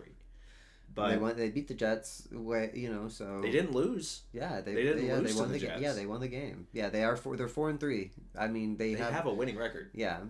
Bryce Young is hurt this week, so it's going to be Andy Dalton. Oof. He's Red. fine. He's fine. Yeah. He can serve some numbers in fantasy. Yeah. So I think 4 for 7 for 60 yards. Hey, Yep. Extrapolate that. Exactly. That's 8 for 14 for 120. Hey, do it again. No, I'm just double it and give it to the next guy.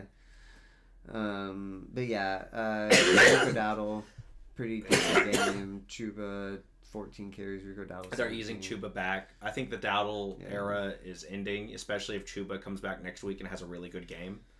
But if Chuba struggles at all, like he did this game, it's Dowdle.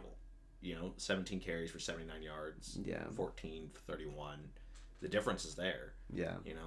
So, but I don't think that they're going to give up on Chuba and be like, oh, this guy's really good. Sorry, Chuba, and he loses his job. But I do think that if Dowdle continues to perform and Chuba gets hurt or just isn't, then yeah.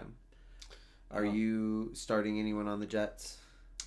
I'm not. I started Justin Fields too many times. I started CJ Stroud this week, which was I'm running him rest of season. He's not great, but I'm not doing Justin Fields anymore. He burned me too many times. I'm not starting. No, there's nobody on this Jets team that I'm starting. Oh, Breece Hall is the only one that I would consider starting. It's hard though. But that's a hard one. Yeah. Are they ever gonna get goal line? Exactly. Are they ever gonna? Yeah. But Tyrod Taylor, Justin Fields got benched in this game, it looks like, or he got hurt or something. Tyrod Taylor came in. Yeah, that's what I was going to say. But it's not like Tyrod Taylor won the game either, so. 3-game winning streak. Young injured. Andy Dalton. Leggett. Fields was benched. Yep. And Garrett Wilson's out now, so yeah. I guess also too. I guess when we were talking about Garrett Wilson or Sauce Gardner, I guess Garrett Wilson also getting injured doesn't help. I guess in my favor. Yeah. So as far as keeping him, yeah, hard to say not Sauce Gardner then Mm-hmm. But no, I think the Jets are bad. I think they're a bad team. It's unfortunate, and I think the Panthers are actually. It looks like Tepper's trying. he spent like the first 2 or 3 years owning this team, and people were just like, "This is a poverty franchise. This is a joke team. Bad players, bad team." Yeah. It seems like he's actually trying, because I haven't heard anything about him this year. Yeah. You know, and it seems like they're finally trying to get something good going. Yeah, I mean, obviously, Leggett. This Leggett, is 11 targets. Huge game. 11 targets. Yeah. But each sleeper is going to have like a big game. Yeah, I was gonna say, does that continue? Probably not. Well, it's Andy Dalton now. True. He might, he could favor Leggett. Was that all? Yeah. Who was Andy Dalton throwing to? It's these last 4 plays. Rico Dowdle, Andy Dalton. Dalton threw to Leggett here. Was this Andy Dalton? Sorry, was this Andy Dalton? That's what I'm saying. No. Okay, that's first. Yeah. Okay. Yeah. So Andy Dalton, Leggett for 15. Dowdle. Leggett. That's another one. Incomplete to Sanders. Penalty punt. 2-yard penalty pass to Leggett. Man. So that's all of his completions, right? Yeah, his incompletions are going to people who aren't Xavier incompletion Leggett. to Leggett. There it is. It had to have been at least one. And these are just going to be hands-on handoffs. Pass to Leggett. Looks like most of it was... All 4 of his completions were to Leggett. Now, I think actually with Andy Dalton for sure starting next week, that if you have Leggett, start him. Yeah, he already got picked up in our league, I saw. Who got him? I don't know. I just saw he got picked up. I went with McLaurin. Somebody I just got a kicker. That was my top, and I was just like everyone else on my team. I'm fine with. I have to ride with the Bears defense this week because I didn't get the Colts defense. Ugh, it's fine. I'm still riding with the Patriots. That's not a bad call at all, actually. I wish I had a top tier defense and a top tier quarterback, but I don't. Man, I'm just mad that I got highest scoring in the league taken away from me, ripped away from me. Skylar's doing really good. God, I was. We had a guy get 200 points in our league this week. 208. He didn't even. One of his guys was his bench is injured to death, and he started an inactive player or something. It was a backup running back or something. Didn't do anything. Big old donut and still dropped 200 points. Yeah, crazy. It was rough, but pulled it away from me. I was by 30 points now. I mean, because I still scored 160 something. I think Leggett's going to have a huge week next week. So if you have him, start him. Next up is the Broncos and the Giants. So I did not watch this game. My son is choosing to be a Broncos fan, which is very cute of him. And so I was keeping him updated, and I was telling him, hey, I checked in, and it looks like the Giants are going to win this one. And he's like, and I'm like, I know, but it's fine. I'm an Eagles fan, so you get used to it after a while. And he goes... And then I checked back in at like 30 or 40 minutes later, and it's 33-32, and I'm like, oh, hey, kiddo, guess what? They won. That was that was such an insane half, or fourth quarter. I mean, just down, coming in, 19-0. Yeah. 26-8. That's so crazy to me. They just kept chipping at it. Yeah. It's just every touchdown. What's that less than a minute touchdown? Because that's really the one that does it. Let's see, 5-yard pass, 5-yard penalty. Oh, because it was an interception. Oh, okay. Yeah, he threw a pick. He threw a pick, went to the 20 to the 19. Dang. So they got it at the 19. Yeah, that's 4 play, why, 19 yards. Yeah. So got help, obviously. They missed an extra point here. When you say got help, bitterly like that as a divisional rival of the Broncos, you mean the team effort it will require to get that interception by their defense? I think it was a bad throw by Jackson Dart. It shouldn't have been a pick. He shouldn't have thrown it. Noted. Then obviously this was just 3 and out. Run, incomplete pass. They're trying to burn the clock at this point. They're just like, we need to get rid of this clock. Yeah. And they can't get the first down, so they have to give it back.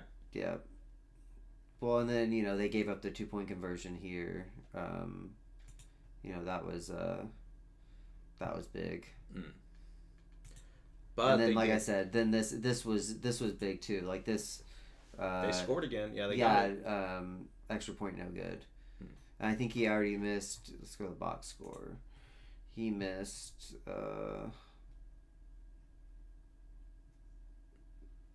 2 extra points, yeah. So he already missed an extra point before that. Dang. Yeah, he went wide left Dude, and then wide what is right. up with kickers in the league these days? So, I mean, that goes from 30, you know what I mean? Like, instead of at least... Giants win this game if he converts those. Yeah, wins the game, maybe wins the game because they're obviously going to go for 2 at some point. Right, that's true, yeah. But they definitely go into overtime if he hits the second one. You know, the Denver's going for the kick and they obviously got the kick, but you know, you're going to overtime instead. Now you're just losing because you missed not 1 but 2 of them. You hit one of those 2, it's overtime. So, you know, obviously, you know, Cam Scatterbo had a good game. It's all right. Well, he had 3 for 34 and a touchdown too. Oh, okay. Receiving, yeah, he had the receiving touchdown. I was looking at his rushing, and I was like, it's not. I mean, 60 yards. Yeah, 94 all-purpose, 3 receptions. And a touchdown. That's pretty good. I'd start that. Wandale, pretty decent game, no touchdown. But his tight ends are doing a lot of the work. Yeah, Bellinger and Theo Johnson. In our league, someone dropped Malik Neighbors, and I picked him up over the week. And I don't plan on keeping Saquon Barkley because he's just getting older, you know. But you're just gonna drop him? I mean, we're gonna be doing keepers. You're talking about keeping him for keepers. So I'm gonna keep Malik Neighbors for keepers, who I think is gonna be Jackson Dart's guy. You know, I think that was a. Is he practicing now? Who? Malik? No, he's out for the season. Year? He's got a torn ACL. Oh, he tore his ACL. Okay. Yeah, he ain't coming back this year. That's hard keeping an IR guy. It's for next season. I know. I don't. If you look over my roster, you'll just be like, dude, I wouldn't want to keep any of these guys either. You know. No, it was a good game for the Giants. They just, you know, this is Jackson. This is what it looks like whenever Jackson Dart chokes. And he didn't choke. He scored there at the end to try and put it away. It was more so the Giants' defense not holding down the Broncos. I mean, it was that was a big pick. But, I mean, you know, it's the Broncos have a good defense, and they put up 32 against them. Like, you know. Yeah. I'm not, you know, losing a shootout like that. I'm putting that more on the defense. You know, the offense put up 32 points. Like, the offense did their job, even if he had the 1 pick. You know, is Bo Nix him? Is he the Broncos guy? Can he get it done? Yeah, I mean, it seems like it. I don't know though. I mean, the Giants defense obviously isn't that good in my opinion. Do you worry about the Broncos at all? Other than Brian Burns. I know that you're not worried about the Chargers, and I know you're definitely not worried about the Raiders. Are you worried about the Broncos? I don't think the Broncos do this against the Chiefs. If we're up 26-8, they're not coming back and beating us. Like I don't think. I mean, so. No, I agree. I think so too. I think I was just like the Broncos. I think they're very good. Yeah, but I just don't. I think the Broncos are good. They just seem to they have trouble. Like, I mean, they're 3 and out, 5 plays, 8 plays, 18 yards, 20 yards, 0 yards, 4 yards. What we're focusing on, what we're doing wrong is we're focusing on the incredible fourth quarter comeback and not the 3 quarters that led up to that. Yeah. You know, where they could have also played ball. But it's a lot of 3 and outs. Yeah, they got it together here. Is that something that they're going to continue doing? I mean, we'll see. If their offense can come out and be firing on all cylinders like that, and obviously they have the talent to do that. If they can continue that, then yes, I would be a little bit worried about the Broncos. But they've been hot and cold. I think they're going to continue to be hot and cold. Mm-hmm. Like, I think they have a little bit. I think, you know, I hope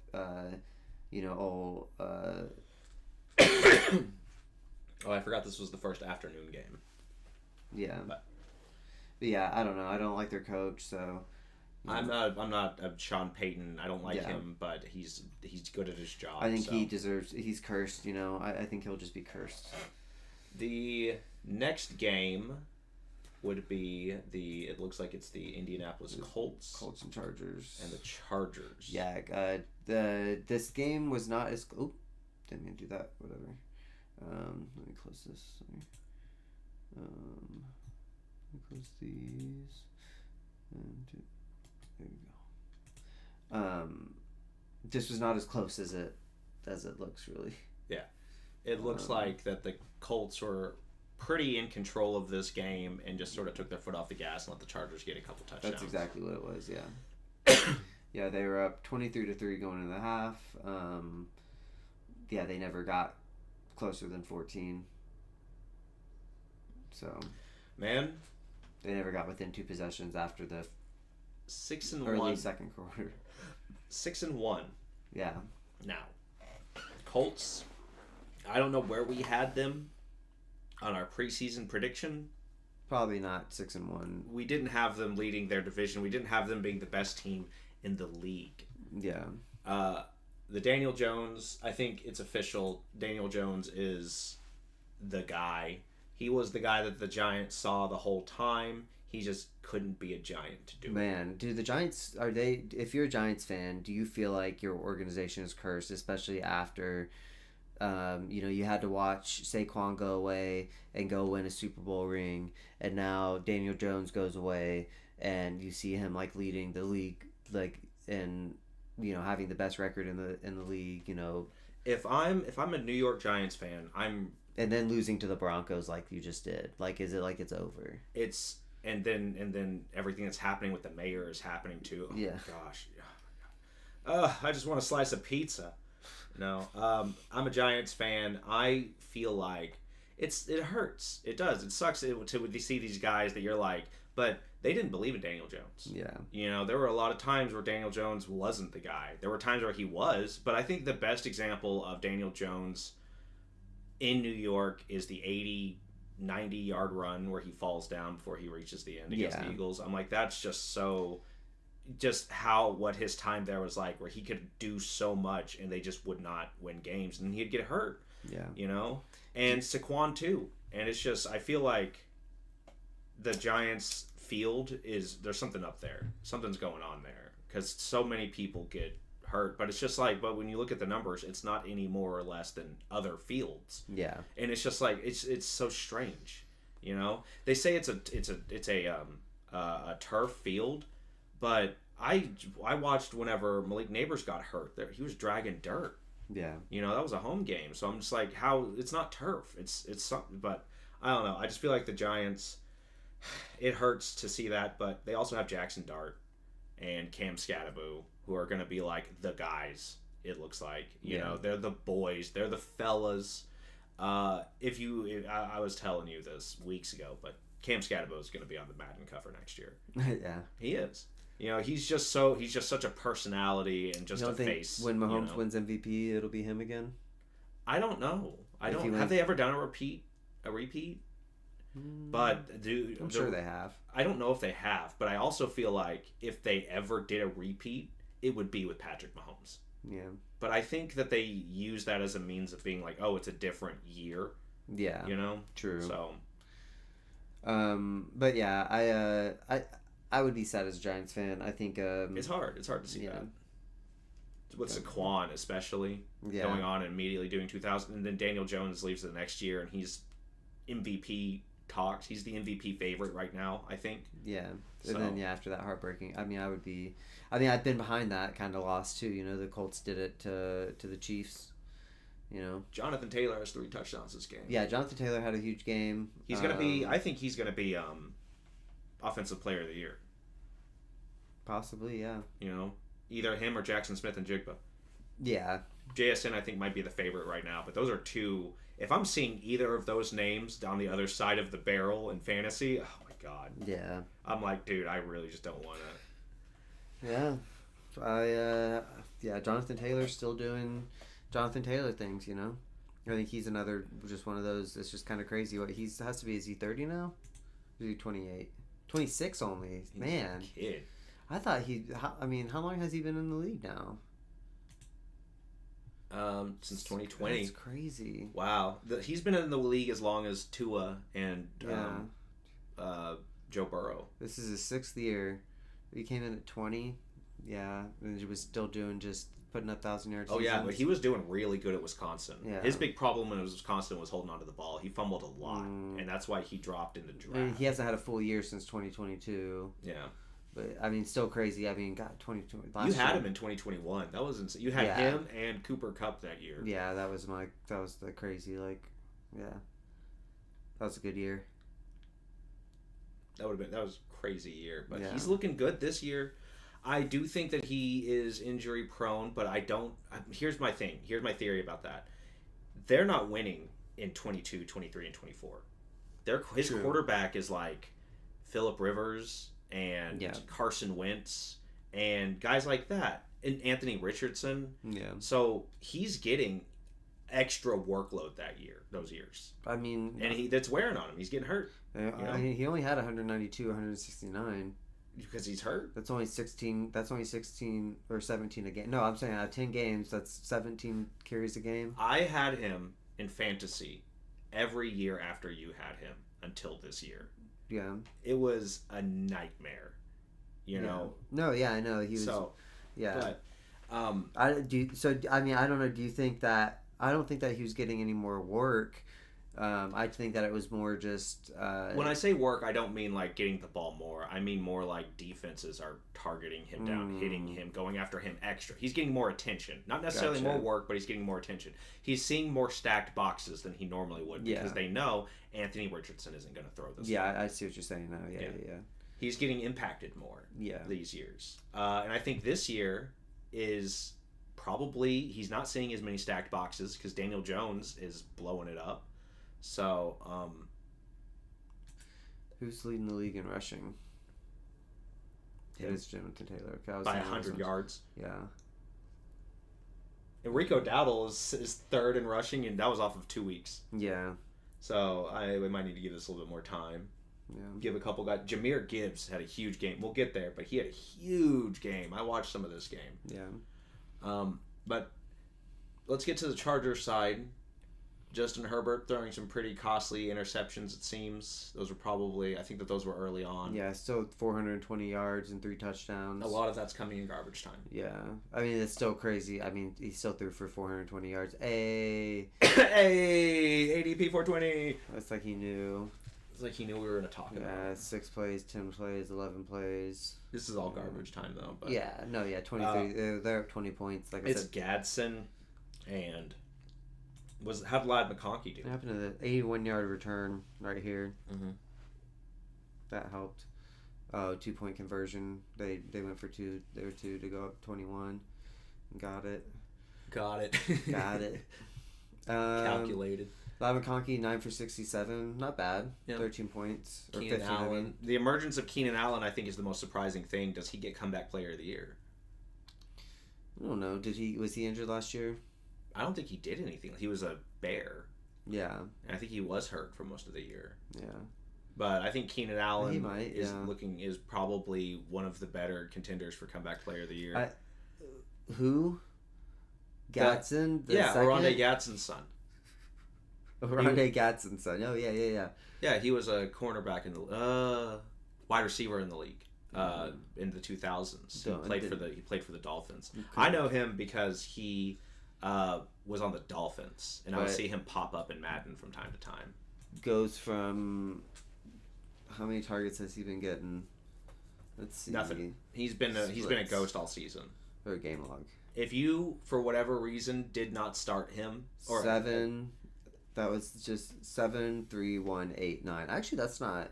Those aren't bad. That's not bad. Other than these two, those two right there aren't great, but for tight end numbers, those are pretty decent.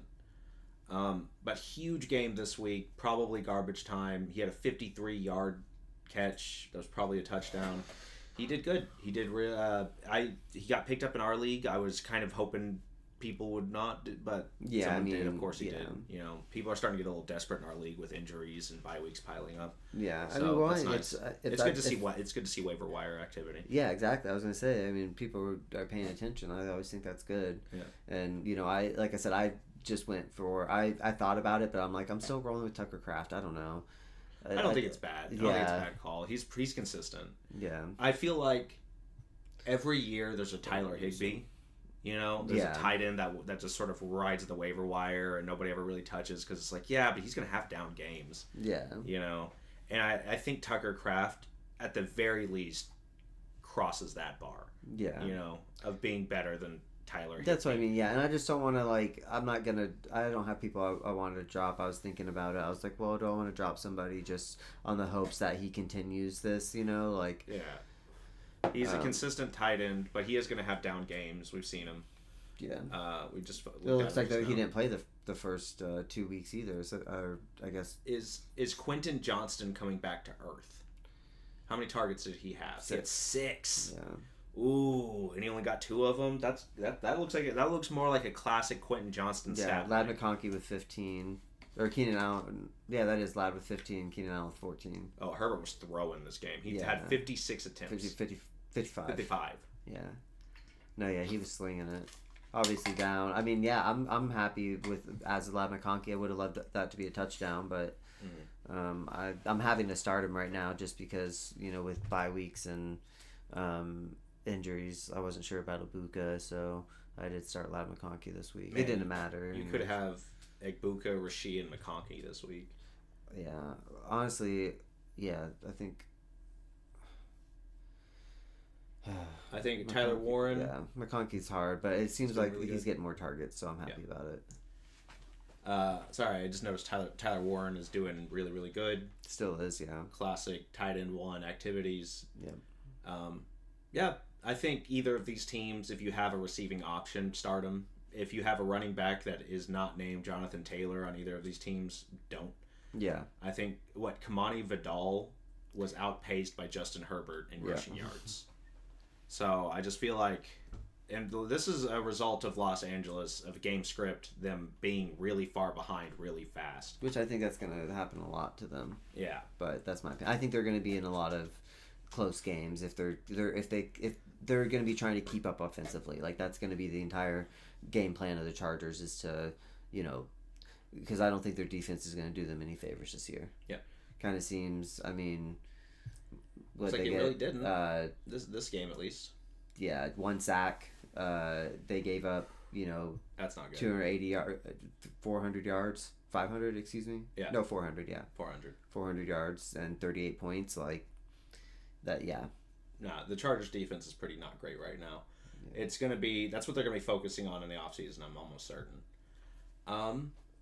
Let's see. Next game is the Commanders-Cowboys. The Commanders and the Cowboys. This was kind of a beatdown. Yeah. Cowboys really just needed to show that they were a threat, I think. I think this was more of a statement win than anything else. Yeah. They just needed to say that they were the guys. Beatdown. Yeah. Jay Daniels, I think, got hurt this game. A mollywhopping. Yeah. I feel like that the Commanders, I knew that they would regress, and I was worried that the Cowboys would do well this year. And it looks like if they can keep this up, they're going to be fine. But they've also dropped 3 games and tied another one. Yeah, they're not in a great position. The good thing is the ties were the 3-3-1 is better than 3-4. You know. Yeah. So. This Cowboys team is about on par with the Kansas City team we were talking about earlier. I think so. I think that tie could very easily be a win, and they would be in the same camp right now of like, hey, it's a really good offense, but like they also drop some games. The Chiefs drops though, or I don't know. I think aside from like you take out I guess kind of the same. I guess where it's just like I don't know what was going on with Cowboys offense, so I can't really say. But like I think we were, you know, obviously like injuries got us starting the year. I mean, CeeDee Lamb, this is his first game back in like a month. Yeah, that's what I mean. So like, these are a lot more comparable team than you think. The only difference is that the Cowboys have a workhorse running back. Yeah. But the Chiefs like to cycle through theirs, which isn't a problem. That's each team has their own thing. You know, but no, I think these two teams, the Cowboys and the Chiefs, are a little bit more similar than people may seem. But I do think that Mahomes, if these two teams saw each other, Mahomes wins that game, you know, but it's going to be a shootout. Dak Prescott's going to try his best, but there's going to be some Mahomes magic, I think. Cowboys don't have a pass rush right now. They don't really have much. Their defense is fine. It's good. Yeah, well, they had one defensive. The Cowboys had a defensive touchdown. Deron Bland has been obviously having a great year. I think that was the smart re-signing. I stand by the Micah Parsons trade so long as Bland is an all-star. Yeah, because that's what they needed to make room for money-wise. And I think if as long as he's doing that sort of stuff, then it makes sense. They still got 4 sacks. I mean, now, that also begs the question of is it who have the Dallas Cowboys lost to? One of them was the Eagles, right? The week 1. And the Eagles, the Bears, and the Panthers tied the Packers, beat the Jets, beat the Giants week 2, Russell Wilson, and that was letting the Giants score 37 on. Yeah, that one was a shootout. Yeah. Yeah. So obviously offensively, they're doing. Their offense is stellar. Yeah, well, 14 against the Bears. Yeah, that might be. 27 against the Panthers. That's still pretty good. Yeah, they have a kind of hard schedule. Mm-hmm. Broncos. If the Broncos come out with momentum from this week, they come in just. They can hammer them down. Yeah, I think that the Cowboys could easily lose this game, away game in Denver with how they're playing. Denver's gonna have that stadium packed. Granted, it's not and it's Denver in October. Yeah. It's Halloween week. Yeah, it's gonna be a big game. It's gonna be spooky. We'll get there. We'll cover that game. But the Cardinals, obviously, I think that's an easy win for them. The Raiders, easy win. But Eagles, Chiefs, Lions, Vikings. Oh gosh, that's good. That's a tough stretch. Even Chargers. That's a well. Really tough that Chiefs stretch. Team's gonna get beat up. That Chiefs team is going to be smack in the middle of it. That Chiefs team's going to three games in 10 days. That Chiefs team's going to be still 3 losses, and you're going to be like, oh, is this going to be the week? That's what you said. That's what you said that earlier. That Chiefs team, that's smack in the middle of the 3 games in 10 days thing. We're not going to be beat up though. We're going to be firing on all cylinders. You're going to be tired. We're going to be beating them up. All right. I think that the Cowboys could very well make playoffs, but I think that they could drop some of these games, especially during that 3-week stretch of just really tough teams. Eagles, Chiefs, and Lions back to back. I do not envy that. Yeah, I think they could lose all 3 of those games. They could, and even if even 5 losses, if they drop any other game, then they're probably not. The NFC's pretty strong this year. I don't think they're making the number 1 seed, but I think that they could very easily make playoffs. Yeah, if they can keep this up. Yeah, I don't think they will. I don't either. The Commanders are kind of beat up right now. Terry McLaurin's coming back, but Jaden Daniels I don't think is playing this week. I knew that he would regress. I figured he would get beat up a bunch, and that's fine. He had a rushing touchdown, so it saved the fantasy day, and a passing touchdown, but I don't think he's practicing this week. Not a whole lot to say on the Commanders side. Krosky Merritt, it's okay, but he's not doing as much. He's getting a lot of volume, but he's not doing a lot with it, and that's never a good sign. That costs people their jobs. Yeah. So he's got to either get it together, but it looks like once Chris Rodriguez is fully healthy again, or Jeremy McNichols, they're going to be eating into Krosky Merritt's time. Yeah. So. Yeah. But I think the big tail of the tape for this game is that Dallas is kind of a threat. Yeah. And someone to keep an eye on. More of a threat than the Commanders, at least, I think. Yeah, I mean, it was a home game for them, too. I mean, they haven't lost at home this year. At the beginning of the year when we were doing predictions, I remember I said that the Cowboys were probably going to win the NFC East. But then you were like, oh, with the Eagles, blah, blah, blah. I'm like, all right, fine, Eagles are going to win. But they're going to be competitive. Packers, Cardinals. This game looks like it was a lot closer than it really should have been. It looks like Green Bay is losing this game for most of this game. Yeah, it's Arizona went up, and basically Green Bay wasn't leading until late in the 4th. Yeah. The thing is, this is not Kyler Murray. This game.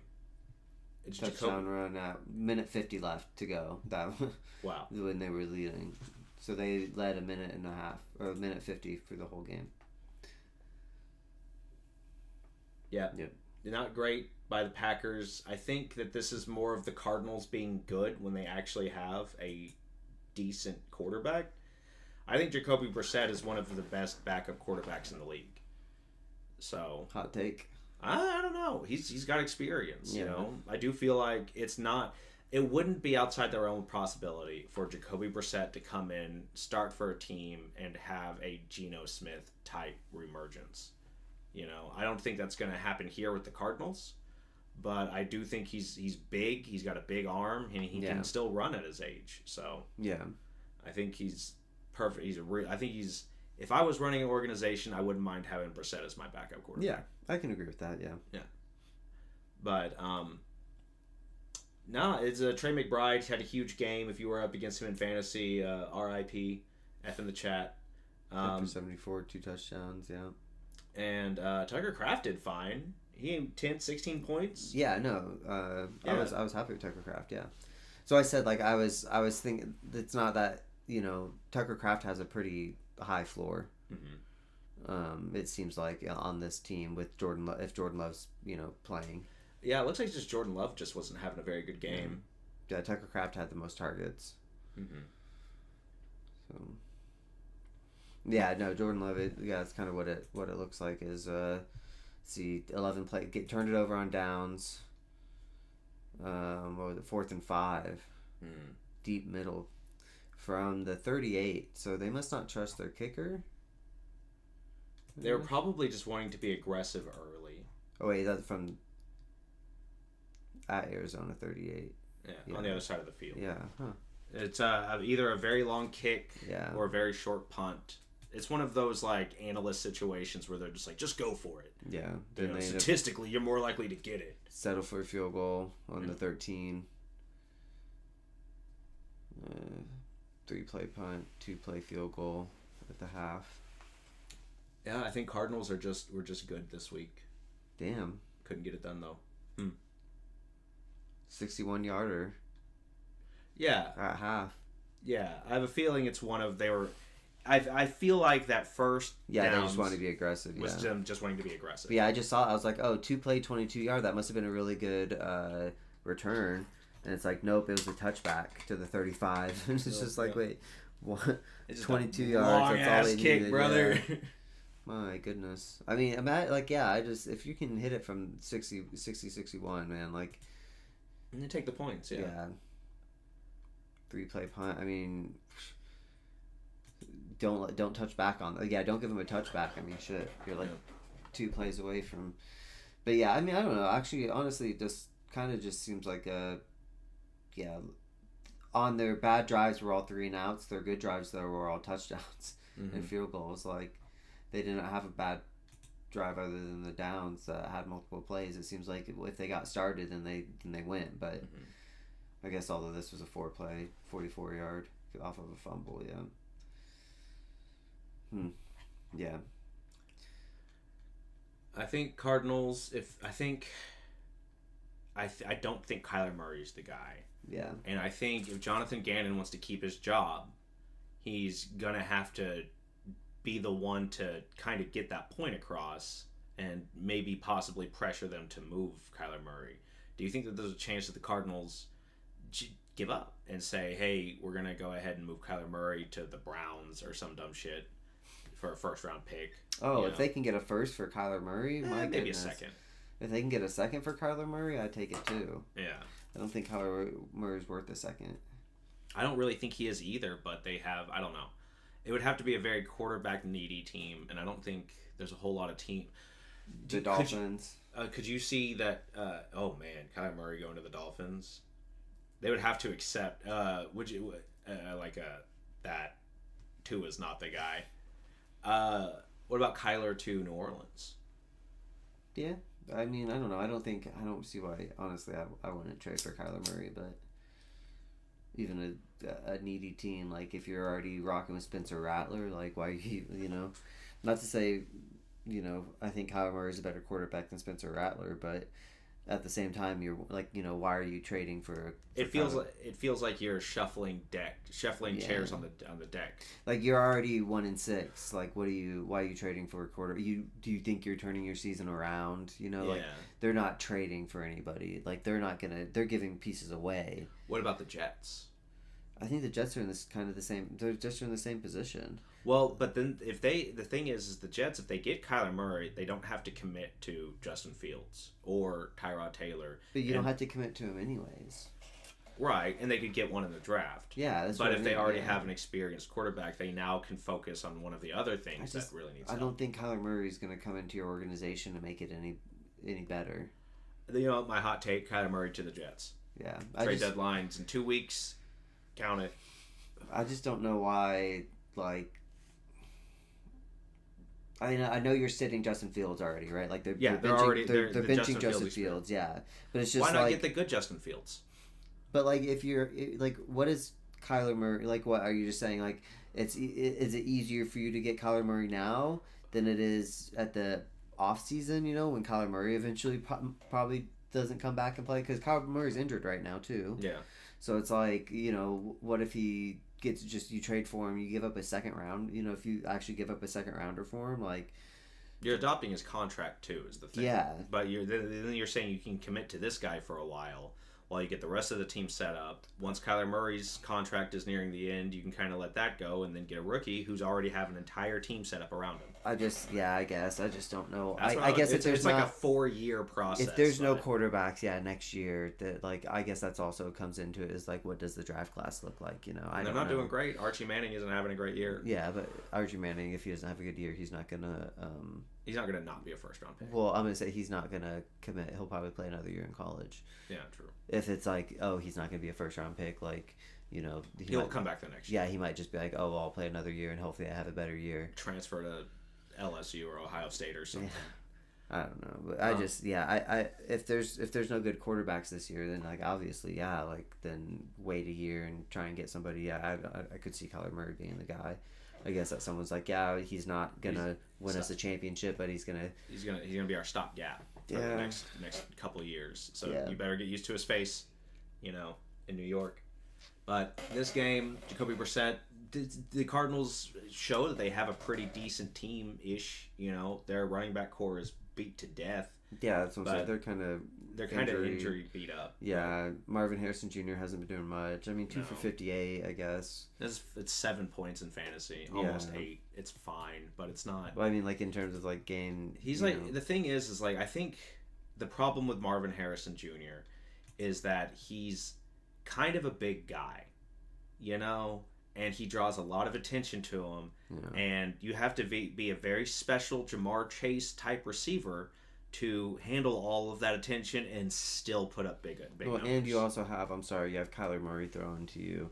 And I know Kyler Murray can make good throws, but like obviously it helps to have a big quarterback who can throw it from a higher point of release, right?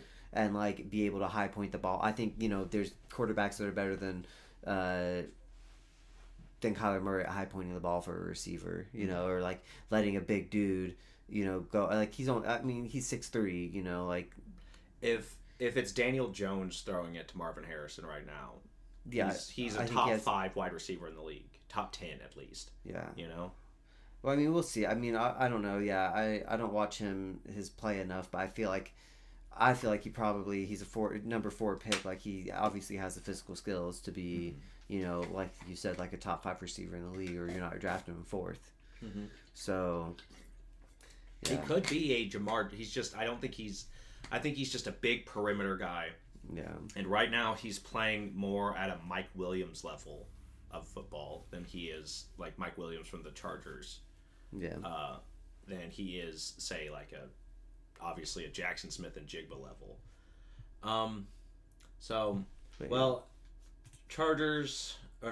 Cardinals need to get their shit together, and they're trying, but we both had Green Bay this week. Yeah. Josh Jacobs had 2 touchdowns. You said 26-21. It was 27-23. I was gonna say. I also know I got the Chiefs score. I got the Chiefs score. Right, the Chiefs scoring. Yeah, but you also said the Raiders were going to score 17. Yeah, I had the Raiders score. You were giving them the benefit of the doubt. Yeah, imagine if I would have said 31-0. Oh. I would have been. I would have given you a hard time. Yeah. But damn, that would have been crazy. I've been like, well, shit. Yeah, you were right. Next game is Atlanta and San Francisco. We both had Atlanta this game, and it looks like this was Sunday night. This was Yeah, just kind of systematic from... 49ers just held them down. Kept it on. I just think that... Pretty big defensive win. I mean... I think Shanahan's a really, really good coach. You know?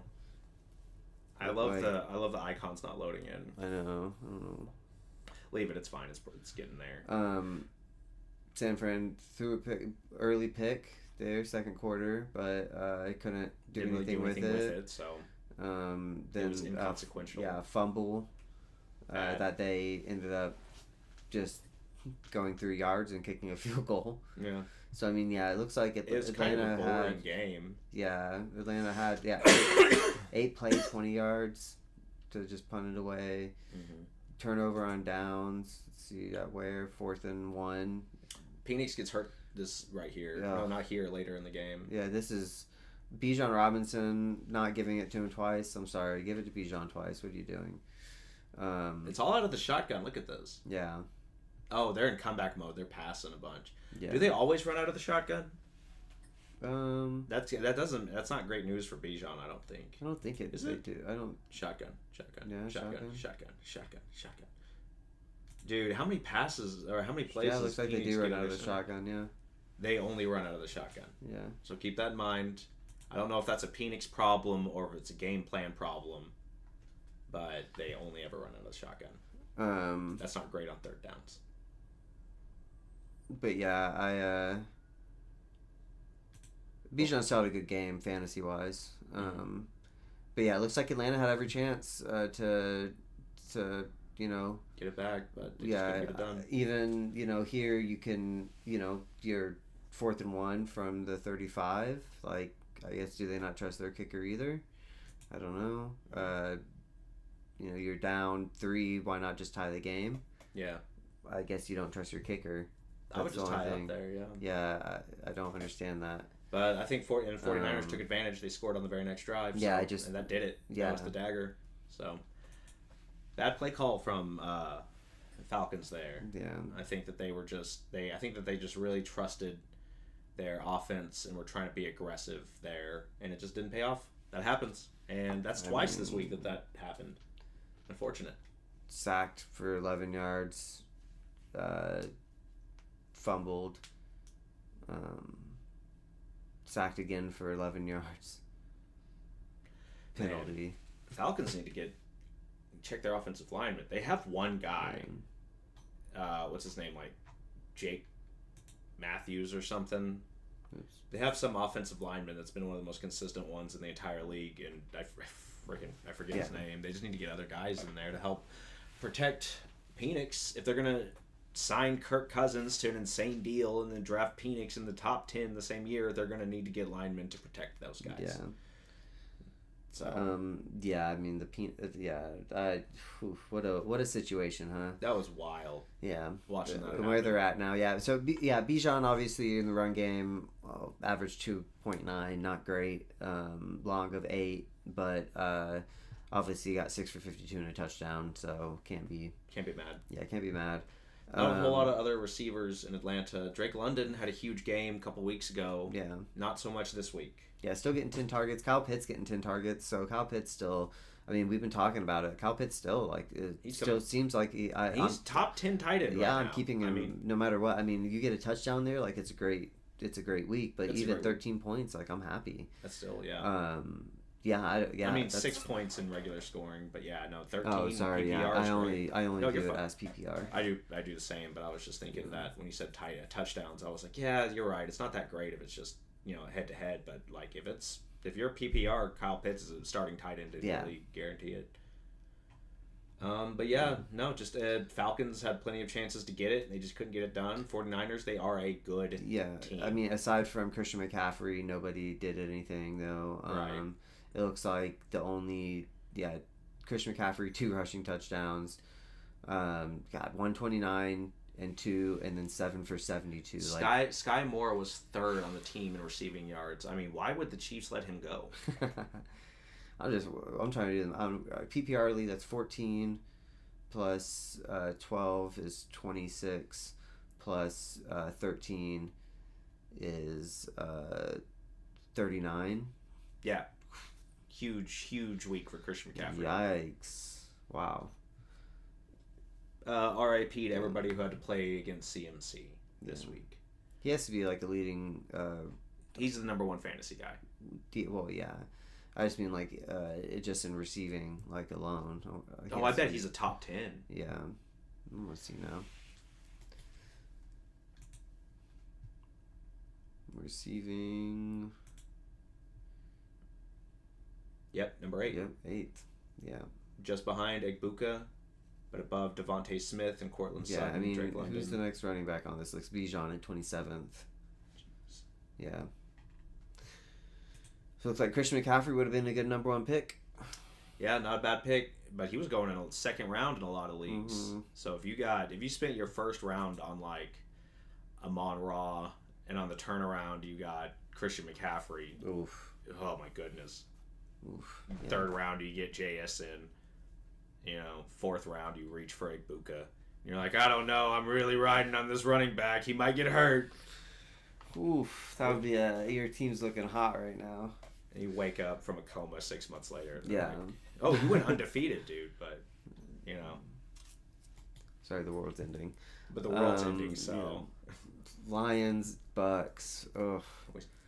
Poor Buccaneers. Buccaneers could not get it done could this not. game. Yeah. So does this end the Baker Mayfield MVP discussion, or I think it puts Mahomes at the forefront.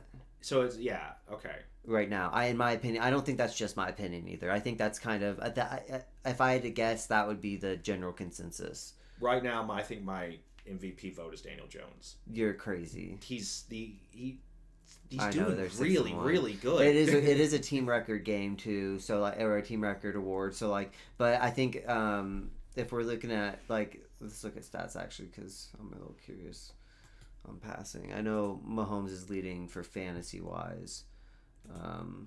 It's Justin Herbert. Yeah, on yards. So Daniel Jones is just behind. He's 10 yards behind Mahomes. Damn. But he's averaging over 8 yards. Yeah, more. What's his QBR better, or his better QBR, better rating. Yeah, but I mean, shit. 4 less touchdowns, 1 more int. So it could be Stafford. Yeah, no, I mean honestly, I think by the end of the year it is going to be Mahomes, but that's the homer in me, I'm sure, if the Daniel Jones continues doing what they're doing, it's going to be Daniel Jones, because if he has the best record if they have the best record in the NFL, it's going to be Daniel Jones. Mm-hmm. But you don't think they're going to have the best record. You think that the Chiefs are going to have the best record despite. I just think Daniel Jones is doing what.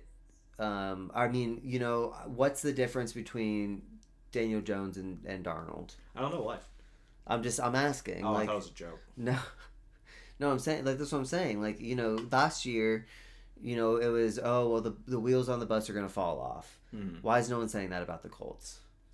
I think it's because with Sam Darnold and the Vikings. Yeah, well, a lot of that was contributed to Kevin O'Connell, their head coach. Mm. But Sam Darnold, because they were like, well, you can put anybody back there. It's really, that's why everybody was waiting for J.J. McCarthy, and they thought he was going to come back and do really big things. I think why nobody's saying that the Daniel Jones, the difference is that, well, shit, dude. Well, the thing is that Sam Darnold's doing really good right now. At the point of where we're at, Daniel Jones has never done this with another team. Sam Darnold hadn't done that with another team, right? No, but he had also been to a couple other teams. That was his third stop in his career. He had played for the Panthers the year before. Yeah, and then the Jets, yeah. And he was an early favorite to win MVP for the Panthers because he was leading the league in rushing touchdowns or some shit. Yeah. So, but I think the big difference is that I think people kind of always thought that Daniel Jones could be good. It just was more of a Giants problem and an ownership problem and, just that sort of thing. And I think this is really just confirming what a lot of people low-key already thought about the guy. That's why they got Malik Neighbors and other people to, for him to throw to. Yeah. But, and he just couldn't do it. But now he's doing it and he's somewhere else. I don't know. I think... You don't think the wheels on the bus are going to fall off? Not well. The thing is this different. Sam Darnold saw ghosts when he was in New York. Okay, Yeah. he was shook, and I don't know if Daniel Jones has ever really been shook like that, where his confidence as a starting quarterback in the NFL has really wavered. Yeah. You know, I think he's had really down seasons. I don't think he's won a lot of games. I think he's always had to face tough times in New York, but I don't think he's been mentally broken the way that Sam Darnold was before he got to the Vikings and could achieve success and is now realizing that in Seattle. You know, I don't think they look really good, and they have a really good team around them with Jonathan Taylor, and they have Tyler Warren, you know, first round tight end. They have Michael Pittman, good wide receiver. Like, they have a lot of really good guys. Yeah. Around Daniel Jones too. I don't know. I think the wheels are gonna. I think they're gonna fall off. Until I see, you know. I guess. I think that's coping. I don't think it's coping. I think it's fear talk. You know. I mean, the Colts have historically, you know, had the Chiefs number, but I don't know. I'm not a Daniel Jones believer until. I'm this way with everyone though, or with most teams, you know, where I'm not going to believe in it until they can, you know, get it done in crunch time. Yeah, and like we'll see what happens if they beat the Chiefs drop it to the Colts. Will you be in favor? I think whoever wins that game. It depends on how the game gets dropped, right? If it's like if we keep their offense to like 17 points and somehow still lose, or like, you know, we blow a big lead, or, you know, like the defense. Do the Rams play the Chiefs at all this year? I think. I don't know. I don't think so. I don't think so. No, actually. Why? I'm just curious. I think that's another team that could. No, I don't think we do. I think we play the. Oh yeah, the NFC East. NFC East, yeah. I think that would be a pretty good Super Bowl. Rams. I think whoever wins between the Colts and the Chiefs, whoever the winning quarterback is, will be the favorite to win MVP. Unless Matt Stafford continues to do incredible, crazy things, but without Puka, it might limit his ceiling a bit. So, yeah. Next game. Well, no, we were still talking about Tampa Bay. Oh yeah. Let's go back. Yeah, no, Baker Mayfield. He just couldn't get it done. Jared Goff didn't look great, but he got it done. Jared Goff is the Tom Brady of, who's that quarterback that played for the Chiefs for forever? Alex Smith. Alex Smith, yeah. I think Jared Goff is the Tom Brady of Alex Smith's. I think he's one of the best game managers in the game. I think if Jared Goff was the starting quarterback for San Francisco, they would be undefeated right now. Wow, hot take. Mm-hmm. I think he's, I think I think Jared Goff's a good quarterback. I think Jared Goff was part of the best game I've ever seen in my life. So yeah, I mean he was. I saw a crazy stat about him that like he started out like both on the Rams and on the Lions with like horrible records, and then ended up with like a pretty good winning record. He's a good quarterback. Yeah, but he always starts out really bad. Yeah. He has with the two teams he's been on. Mm-hmm. He started out bad on the Rams and then ended up doing well, and started out bad on the Lions and ended up doing well. But he hasn't made it to. He's only made it to Graceland once. Yeah, and he did not win. So I don't know. I think Jared Goff's really. I think he deserves the number 1 pick that year. Wait, what do you mean? When did he go? He went in 2019. It was the Rams Patriots. Nobody remembers that game. That was Goff. Yeah. Oh, for some reason I just think it was. Oh no, that's right. Stafford won the one he went to. Yeah. Yeah. For some reason I was thinking it was Stafford. I was like. I don't even think it's L.A. at this point. I think it might still be St. Louis. No, it's L.A. It's L.A. At this point, it's L.A. Yeah. Okay. I just don't. Yeah, I guess it has been a while. I just don't. I think that was before. That was right before their stadium opened. I think their stadium opened their new one in 2020, maybe. Yeah. I don't know though. That I might be wrong about that. But or no, when was because the year they went was the Chiefs. Was that same year, right? Is that with the 50-53 game? That would be 2 years later. No, wait. Are you talking about the Rams Chiefs Rams regular Chiefs, yeah, season with game? Goff, yeah. That would That have been 2019 then, right? yeah, either 20. That would have been 2018 or 2019. Yeah, I think it was 2019. I think that was the Rams Super Bowl year. That was I want to say that was the Chiefs' first Super Bowl run, and then the next year Was that the the Rams 50-53 win. game? Or yeah, that would have been. And the next year would have been the Rams game I'm just gonna search it. because you were still playing Smite at the time, so 54 yeah. or 54. Okay, so it was 2018. Yeah. So 2018 was when. That was the year that the Rams went. Yeah. Yeah, this is your. That's the 29. That's the 20. Yeah, this is when we lost to the Patriots because of offsides with D Ford. Well, because of offside. I mean, who knows? Brady probably doesn't throw the pick if the dude isn't blatantly offside. Man, this is one of the greatest games I've ever seen. This was an insane game. I can't believe I was there. And you can't even say there was no defense because like half the touchdowns, at least 2 or 3 of the touchdowns were defensive touchdowns. Yeah, it was a hell of a game. It was such a good game, and they still have all the top 5 best games I've ever seen. Top 3. It's my number one. It's the only thing that could put it in contention for me is the 2018 Super Bowl. Yeah, you know.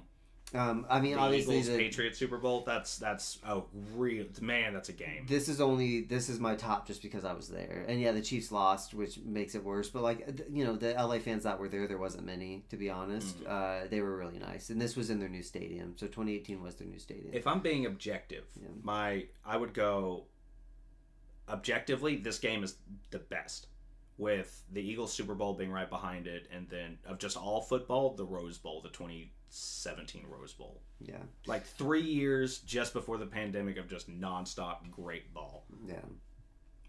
Man, do you think we're not getting any people in here because of the banner? Was the banner? Oh, yeah, probably. Maybe.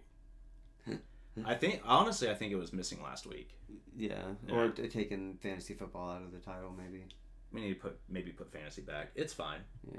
We'll finish this episode and readdress it. We can take the banner off. I just thought it'd be funny. I still think it's funny. I don't think there's anything wrong with the banner. Okay. I don't think that's what the problem is. Like I said, I think it was just missing last week. Because that'll fuck you in the algorithm pretty good. All right. Anything else from this game? I mean, yeah. Oh, this is Jahmyr Gibbs went silly this game. Yeah, I was gonna say it was a big Jahmyr Gibbs game. He was doing the Genty stance. Yeah, that big standing there. That big carry, that was a I mean, that touchdown was crazy. He's so fast. Yeah. David Montgomery still got 13 carries. I mean, yeah. He's still I think every time, I know we don't bet. I was betting a little bit, and one of them it was just David Montgomery play. It was always 10.5 every time. I was like, that's such an easy over. Yeah. He's gotten over 10 almost every single game. Like, he's gonna get more than 10. How much did you win? $0. Wow. $0. Yeah, I bet $10 and got the $100 bonus play, and then they just let you take a bunch of $10 bets over and over again. And I lost every single one. I was doing like crazy ones though. The closest I got was if Rome Odunze would have scored a touchdown. I think it was the week before last. Yeah. He didn't, unfortunately. Yeah, and then something else. I can't remember what the other one was. But then this week it was. I had 2 left, so I did 2 more, and one of them was like for $400, and I needed. I think it was. I had Amon-Ra getting a touchdown in this game, and then, who was it? Oh, it was Bijan didn't get it over 60. It's Bijan's rushing yards.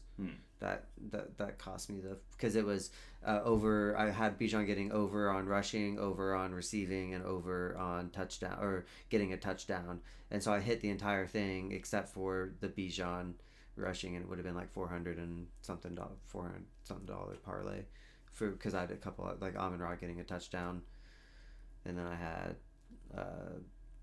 Scatabo getting a touchdown. But anyways, incredible. I didn't hit it, so it sucks. Yeah, you didn't win any. I didn't win any of them. I didn't. I had a bunch of them, and I won nothing. Drove all that way just for the car to break down. So, but other than that, yeah, obviously I'm still not worried. I'm still starting Ibuka. Still 12 targets. Only 4 receptions. I didn't get to watch this game. I think the big story from this one, as far as the Tampa Bay receiving core, is easily Mike Evans getting hurt broken clavicle. He's got a broken collarbone. He's going to require surgery. Yeah. He might be out for about 2 months. He Yeah. could be back for playoffs, but this is the first time in over a decade that Mike Evans is not getting a 1,000-yard season. Yeah, Mike Evans is, it's sad. It's crazy to see the Giants fall like this. Yeah. But he's not, I mean, it's not outside the realm of possibility for him to come back next year. When's Chris Godwin coming back again? Because he's still... He got hurt again. Yeah. You know, Bucky Irving, Chris Godwin, and Mike Evans are already declared out this week. And see, that's why I'm not like, I don't know, I'm kind of worried about the Buccaneers in terms of like... I think I picked up K. Dotton at the right time. Yeah. Yeah, I think Abuka, K. Dotton, and then I guess if you have Chris Godwin, probably still hold on to him because, I mean, when he comes back, he's going to get looks, but... Rashad White's still not doing anything in the backfield. No, yeah. Rough. Yep. How many catches did he have? 4? Yep, that sounds about right. 4 for 6 yards. This is what I'm always saying about Rashad White. Does not do anything with his rushing yards, but he is very good in PPR. 4 for 6, yeah. Yeah, put up a whole... I mean, he didn't do a lot with it, but he will get receptions. Yeah, put up 7.8 points. Or 8 points this week. Bad week for Rashad White. Bad week for everyone on the... honestly. Yeah. I'm glad I didn't start Abuka. Like I said, I was worried because they said it was game time, and I'm like, well, so I won't know. No, I'm not going to risk it. So smart. I think because I picked up the other Johnson, Cameron Johnson, this week, and that was the bad play because Tez Johnson was the guy who wound up getting the start. I think Tez Johnson's a really good pickup. You got mixed up there. No, I picked Cameron Johnson because he got more yards. Tez Johnson only had 1 catch last week, and it was that big long touchdown where they are all chanting. Tez Johnson got that big catch, and people started chanting MVP. And he was like... why are they chanting for me? Well, they chanted MVP. I ain't done nothing. And he was like, the chant is for Baker. Yeah. Oh, yeah.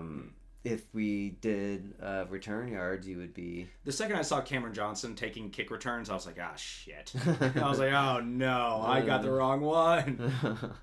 Yeah, you would have been good.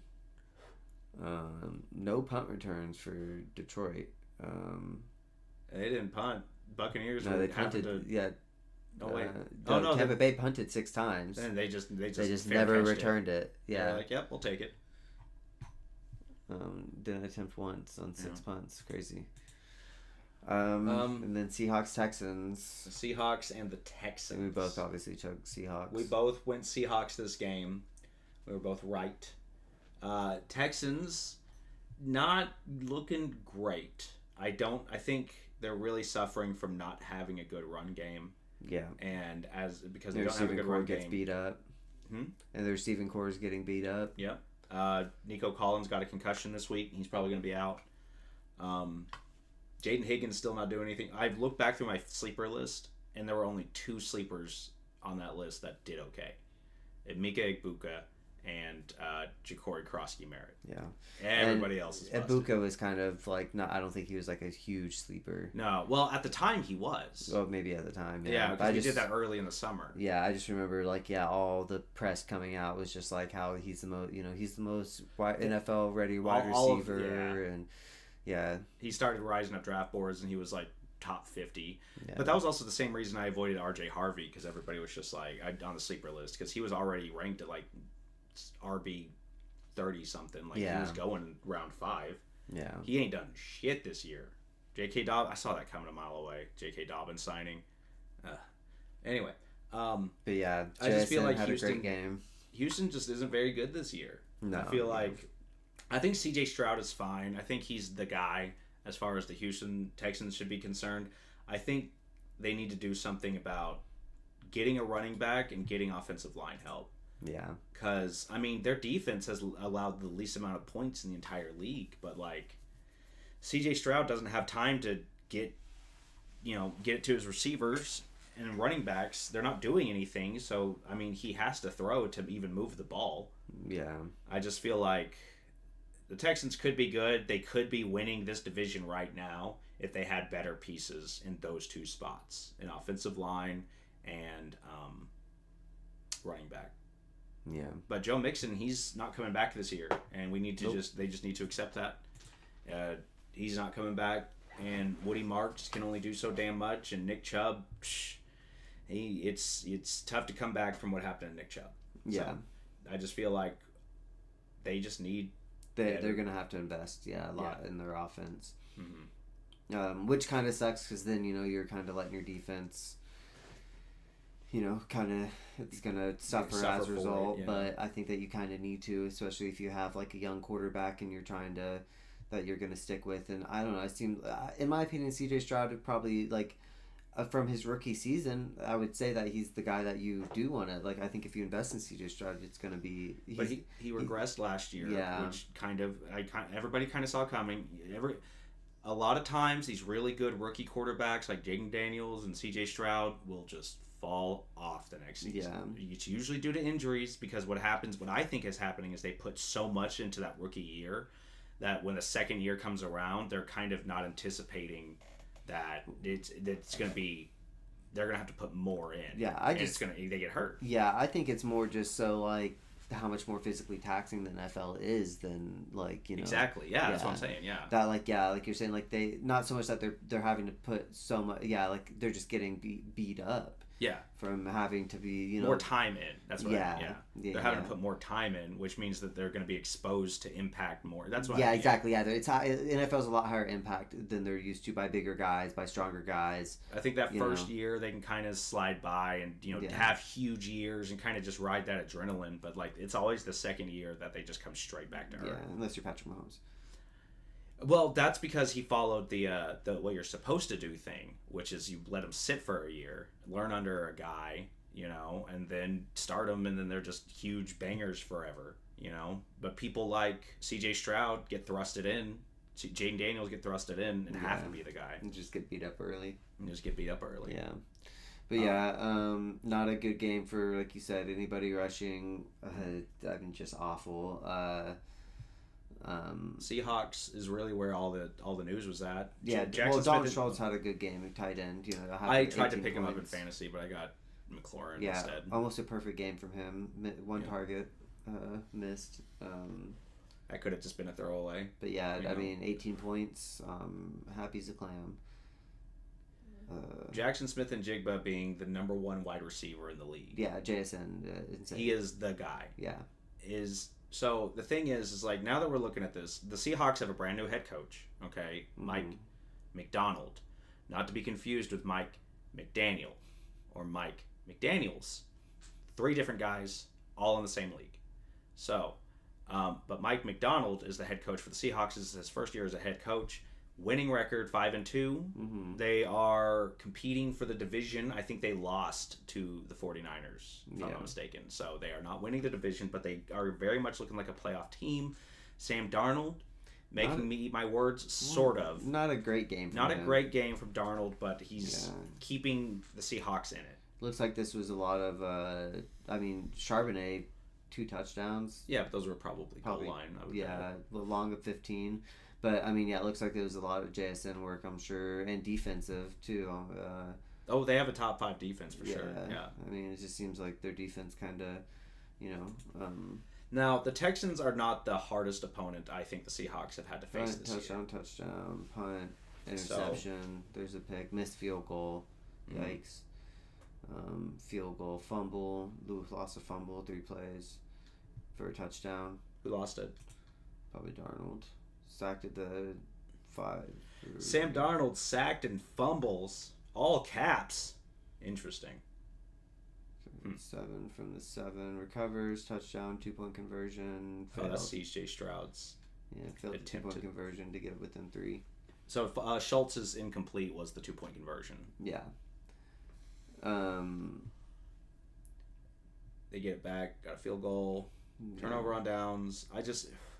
The Texans are beat up right now, and they just don't have pieces and core spots that they need. Arroyo fumbled. So I feel like the Texans are going to be a top 10. Yeah, I know. Man, Arroyo not doing. And I really banked on him on a lot of different teams. Yeah, that was your. He was my ultimate tight sleeper. End. Oh wait. And then once that didn't happen, once it started being Tyler Warren was the tight end, the sleeper rookie tight end.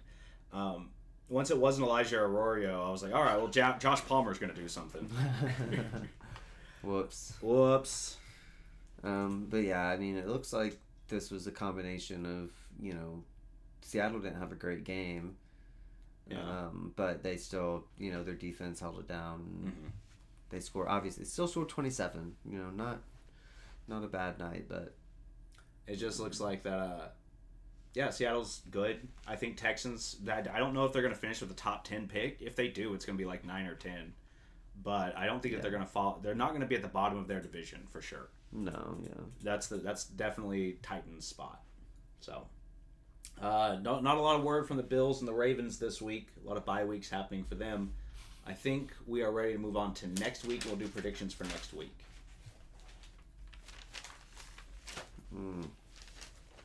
Starting out spicy. Thursday night. Chargers Minnesota. at home. Chargers. Inglewood. Man, that's like that's hard. I think that this could definitely, if they're gonna stop the slide, they need to stop it here. Chargers going 4-4 after. Oof. I mean, what are your thoughts on this being a Super Bowl preview? No shot. Yeah. I just, they got LA's favorite over under 44.5. It is $31. 31 tickets are I mean, Chargers fans hardly have any fans. They're constantly moving, they didn't have many fans before, and then like all those years of not having like a stadium of their own, and they still really don't have their own stadium. It's the Rams stadium. I feel like of all of the teams in the NFL that Oklahoma has a shot at getting, is the Chargers. No. That would be that would especially be really smart, especially with Las Vegas, with Raiders moving to Las Vegas, getting everybody in that little square, that would be pretty sick. But I want the Chiefs. Give us the Chiefs. Do you think, what really sucks about our teams? Because our teams are so successful, the tickets are never going to be less than $100 for nosebleeds. Oh yeah, if the Chargers came and they were unsuccessful and I got to watch the Chiefs beat up on them for $30. Yeah, right? Oh man, I would love that. I'd be getting courtside or field 50 yards. I'd be Chiefs side bench, wherever I know Patrick Mahomes is sitting, I'm just screaming at him the whole time. Patrick! My brother has the same name as you. What's Brittany like? What's Brittany like? What's Jackson like? What's Taylor like? I just want to decide my shit. Be my best friend. Yeah, that too. Be my best friend. Okay, so Chargers, Minnesota. I do think that this is not a bad game. I think it's still Carson Wentz, right? Yeah. But the Chargers defense is not doing their offense any favors. Justin Herbert is leading the league in passing yards, and it feels like it's made zero impact on what their team looks like. I gotta get a drink. I gotta do it. I'll cover it. Okay. Here, do we want to hide these too? Hide what? Or do you want them up? What are they? The predictions. Oh, I don't care. I mean, well, actually leave those up since we're on the prediction thing right now. Okay. Bye, Quentin. So as far as this week, Vikings, Chargers, this is a pretty good little week. It's going to be Carson Wentz. And Chargers defense, like I said, hasn't been doing him any favors. I think this could very well be a shootout, but I think it would be a shootout, kind of a one-sided shootout. I think Carson Wentz is going to be playing a lot of hero ball. And I think it's going to cost him the game. But I do think that this will start off very early, possibly kind of high scoring. I wouldn't surprise me if they go into halftime 17-14 type thing. And then the Chargers start pulling out, and Minnesota tries to keep up, and he's throwing picks and stuff. I'm going to say it's going to be 36-24.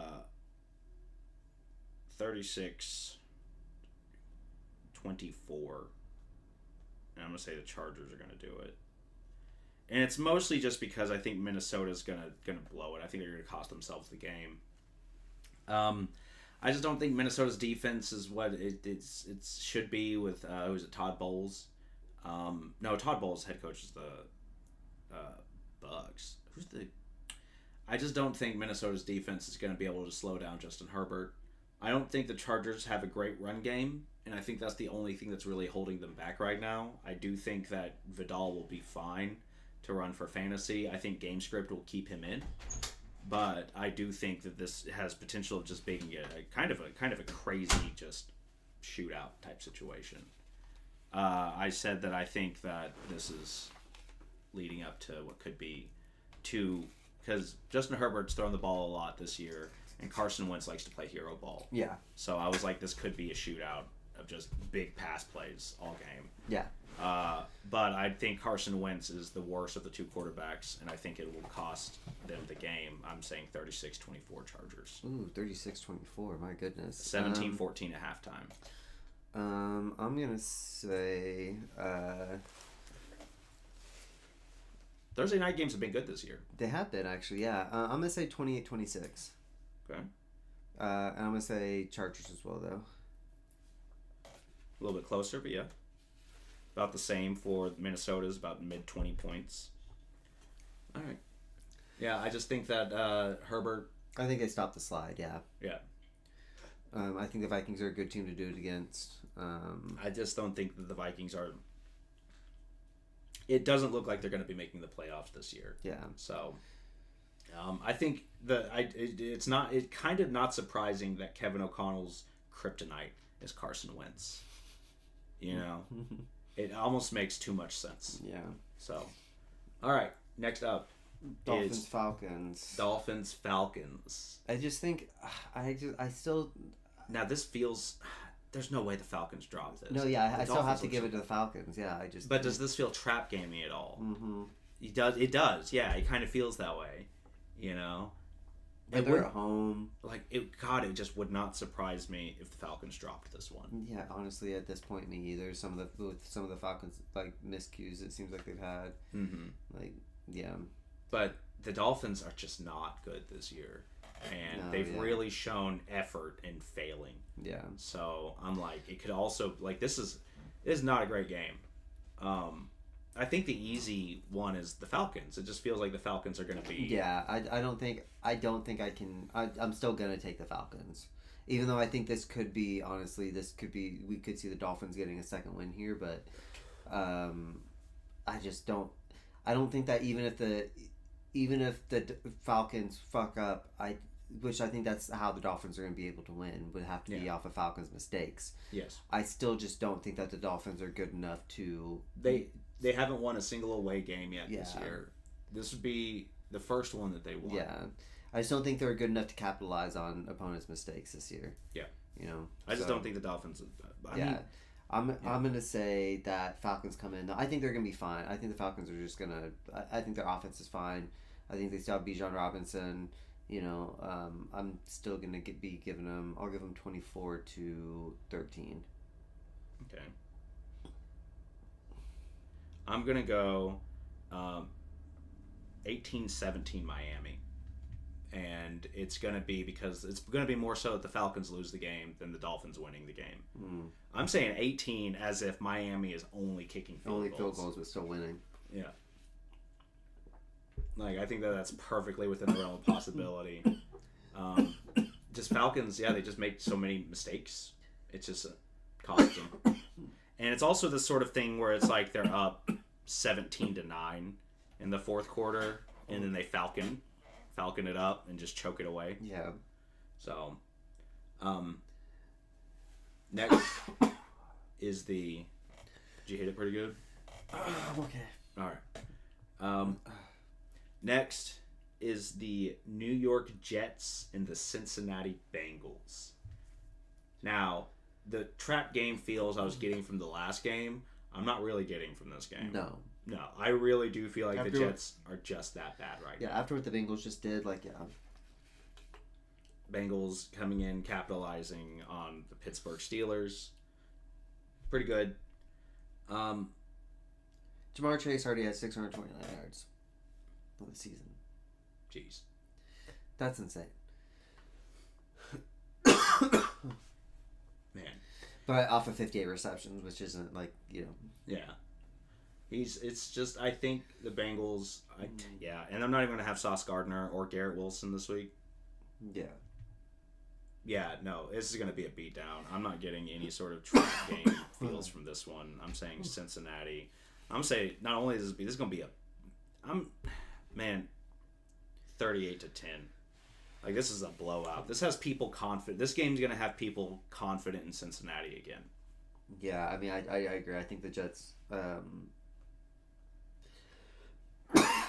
gonna get handled. Sorry, excuse me. I'll be okay. I'm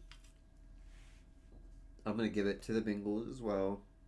I'm gonna say 31-6. Yeah, it's not gonna be pretty. I think Jets.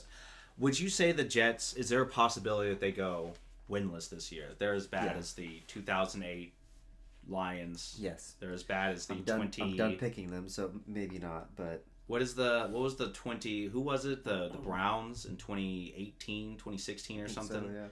So, yeah. Those are pretty bad teams. They both resulted in Hall of Fame quarterbacks. Matt Stafford, and then the year after it was or for the Browns it was Baker. Yeah. Those are how they were able to get those high draft picks. Was those god awful years. So I don't know. I think the Jets might rattle off a couple wins, but we were wrong in saying that they were the dark horse. Of the absolutely. AFC. It was definitely the Colts. Yeah. Oops. Our bad. So, but no, I don't think the Jets have this one. I do think it's the Bengals. I think that's the easiest one that we're going to be able to call tonight. Next is Cleveland in Boston, in Massachusetts, Foxborough. Yeah, I'm taking Patriots. They're at home. Browns defense is good, but I don't think... they haven't won a single away game this year. You don't think this will be the first one?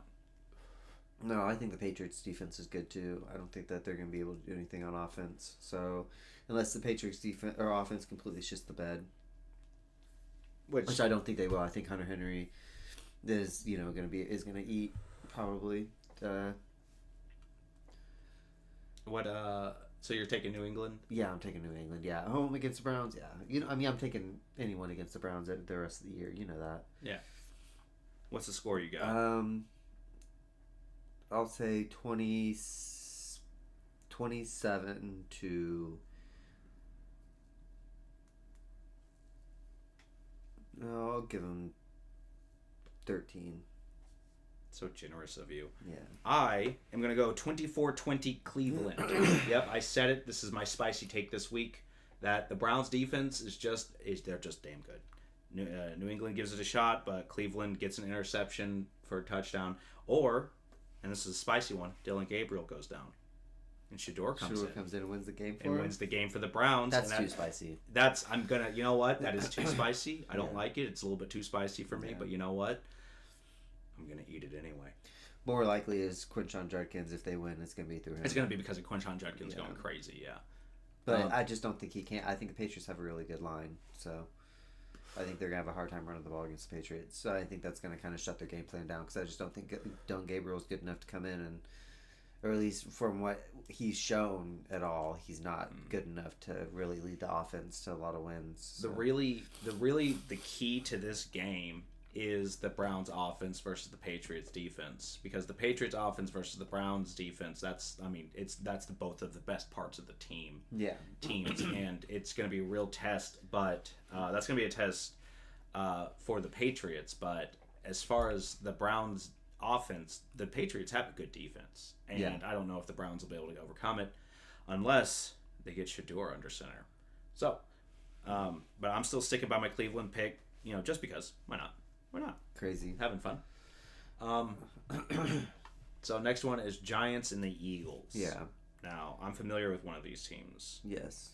Cam Scatterbo's looking great. We lost the first one, and the Giants are good. So I'm just like, it wouldn't surprise me if it happened again.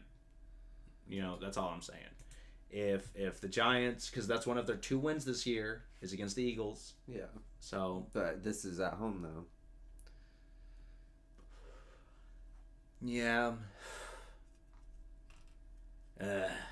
Yeah, but every single time I take the Eagles, they lose. Yeah. So I have to justify why I think it's going to be the Giants. Damn. Aaron Burns is just tearing it up. 9 sacks. That's insane. Yeah. But they're still just giving up a lot of points. I think I think this is going to be one of those games that we just kind of don't play the whole game. I think we get an early lead, and then we give it up, and they come back, and they win. And I'm going to say 26-28 Giants. Yikes. I am saying 24-21 Eagles. I just feel like we'll get up like 21-0 at halftime and then just get a couple field goals after that. Yeah. But then they are just scoring touchdowns each drive. Mm-hmm. I just feel like we're just going to choke it. We lost earlier this year. I just feel like the Giants, this feels trap gaming to me. I think home field advantage is going to do a lot. I hope so. All right. Panthers and Bills. Surprisingly close record for two teams. Yeah, honestly. At home, Panthers undefeated at home. Undefeated at home this year. Bills, they've dropped one at home, one away. But the games that they've dropped, I mean, they're on a 2-game loss streak. They're on a slide. To the Falcons, who have been spotty all year. Patriots, I can understand that's a divisional opponent. Right. But they were at home, and they gotta, if they lose this game to the Panthers and they have to come into the Chiefs, man, like this is the Bills get right game. They have to have to win this game if they will think that they can compete with the Chiefs. They're at home, but Panthers are undefeated at home. Yeah. Interesting. Yeah, Panthers haven't lost at home yet. They're gonna have Andy Dalton this week. They're not gonna have Bryce Young, but it's the Josh Allen led Bills. Yeah. So it's like you really can't just be like, I don't know, the Panthers are good this year, because it's still the Bills. They're still very, very good. Yeah, Bills are favored. Yeah, by 7.5. But it's like the Panthers are equally not that bad this year. They just kind of suck on the road. It looks like. Yeah, I don't know. It's hard to not take the Bills. Honestly. Are you taking Buffalo? I think I have to, especially with Andy Dalton. You're taking Panthers? I'm taking the Panthers. Oof. Yeah, I'm going to take Buffalo. I'm going to say it's close, though. 1-point game, 31-30. Ooh, that is close. I said 35-32. Carolina. And it's a fucking shootout. Yeah. It's going to go into overtime. They're both going to be 32-32, and the Josh Allen effect is going to occur. Ooh. No, I'm kidding. I think, what do you think is more likely, that Shador plays and wins, or Josh Allen loses in overtime this week? Shador. Do you think that's more likely than Josh no. Allen winning in overtime? Or losing, I mean? Or just getting that's the going to overtime is so much more unlikely than, I guess, I don't know which one. I guess it's probably statistically Josh Allen going to overtime and Josh Allen losing in overtime is statistically more likely than Dylan Gabriel going down and winning the game against the Patriots. Because it sounds like he's not even, Shador Sanders isn't even still QB2, right? He's QB3 now still? Or is he still? I think he might still be QB3. Yeah, I thought he was. I thought that was like what they were saying. I thought there was like a whole article about that they like weren't ready to name Shador Sanders QB2 yet. After in the wake of trading Joe Flacco. That's right. All right. Well, I'm going Carolina. I think it's going to be a high-scoring game. I think Andy Dalton's going to. He's not a bad quarterback, and he's very experienced. I want to go.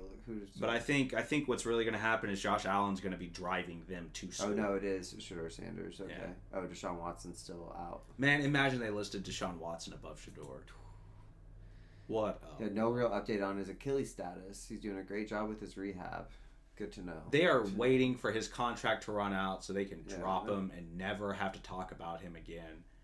Even though this is going to follow this franchise forever. the whole Deshaun Watson incident. I want to see. Let's look at his. He hasn't done anything. What are you doing? I want to look at his last year, the years that they've had him. Where do I go to? Passing. Here we go. He's had 1,000 yards. 3,000 yard seasons. Hey, if he was a wide receiver, you'd be like. That'd be impressive. Yeah, that'd be impressive. Honestly. No, they wanted them 4,800 yard seasons from Houston. This is your. How much million was it? It was like, I can't remember. It's too high. Like 100 and something million. Million guaranteed, like 190 or something. If Deshaun Watson, let me ask you something. If Deshaun Watson, take those numbers from Houston and just sort of say that also happened in Cleveland. Okay. Like these 3 years? Yeah. It doesn't get hurt, plays the whole season. But still, all of the off-the-field stuff happens as well. Is it still worth it at all? Cleveland isn't a Super Bowl winner in these situations, but maybe they make the playoffs a couple times. They do that with Joe Flacco in one of these. If he's passing for 4,000, almost 4,000 yards for these 3 seasons, is that worth it in my mind? No, because he's a piece of fucking shit and he should never make that much money. He shouldn't be in the league anymore. But all right, let's jump over to Trevor Lawrence real fast. So, I think like from a statistical standpoint, like I would be happy. Like if I traded for, if that was on my team, I still would. I'd be like, man, I'm glad we're losing in the playoffs. Yeah, like I don't want Deshaun Watson. He doesn't deserve a Super Bowl. I don't want him to get one. Yeah, so it's like. It's great that we're winning games, but I still wouldn't. I wouldn't be watching, and me myself, like if I was a Browns fan, I just wouldn't watch. Yeah. Honestly, I wouldn't have watched any times he was playing. I'd just be like, cool. Like I don't care. I'll pick a different team. I'll pick something. I'm really a Cavaliers fan these days, to be honest with you. No, I get it. Yeah. But next up. But yeah, we were talking. I gave you a Bills Panthers score. Yes, you said 31-30, so it was really close. Right. Okay, so next is the Bears and the Ravens. Lamar Jackson is practicing this week. Yes, he is back, but he's still going to be tender. Yeah. So they are coming off of a bye, so he had a little bit of extra time. But he is practicing this week. Who do you think? Oh, I mean, I'm taking. They have Baltimore winning. Yeah, I'm still taking the. Oh man. Yeah, this is kind of tough. Some of these games this week are tough calls. I think Ravens. Are they still like? Let me look at the injury report.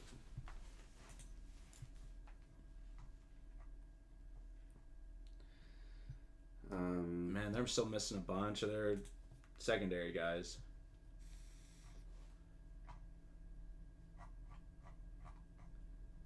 Control F Ravens.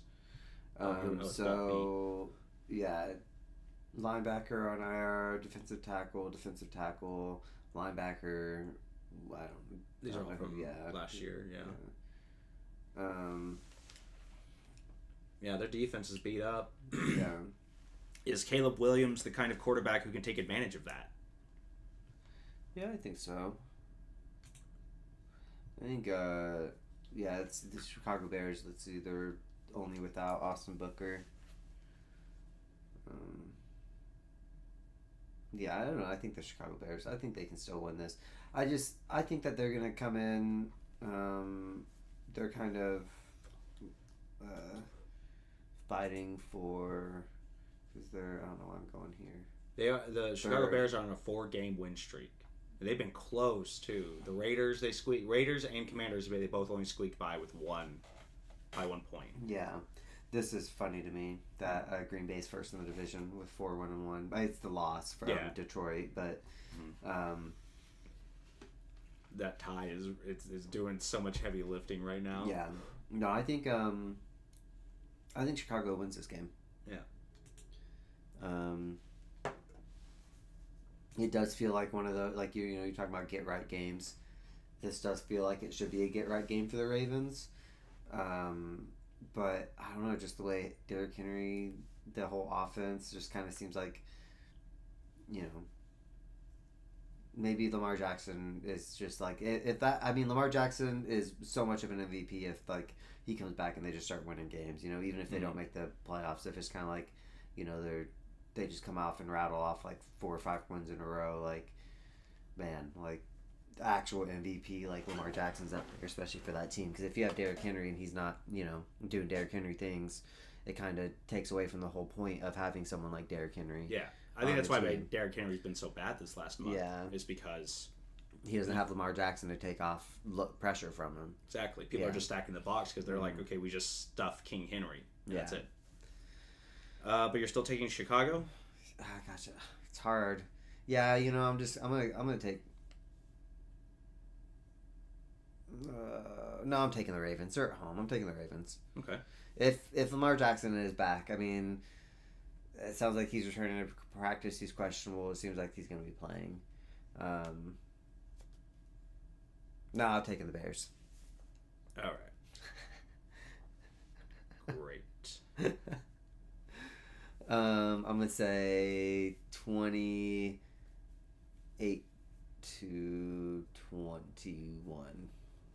Okay. I'm saying 26-24 Bears. I just feel like they're going to be easing Lamar Jackson back into it. They're not going to want him to, as soon as something happens, he rolls an ankle or something, they're going to pull him right off the field. Dang it. If I would have known you taking the Bears, I would have taken the Ravens. You can still switch. I haven't. I already said the score. Okay. It's too late. All right. Next up is the San Francisco 49ers and the Houston Texans. I just want any chance to get a win over you, True, yes. Well, that's the kind of, yeah. Yeah. Well, we went different in Carolina, Buffalo, and Minnesota, Atlanta, and New York, Philly. So there's some movement there. 49ers, Texans. I think this is an easy one, honestly. I'm surprised Houston's the favorite. I say Houston's the favorite, not by much. But I'm taking 49ers. They have a good system. It works. Christian McCaffrey's still Christian McCaffrey. CJ Stroud's still too hot and cold.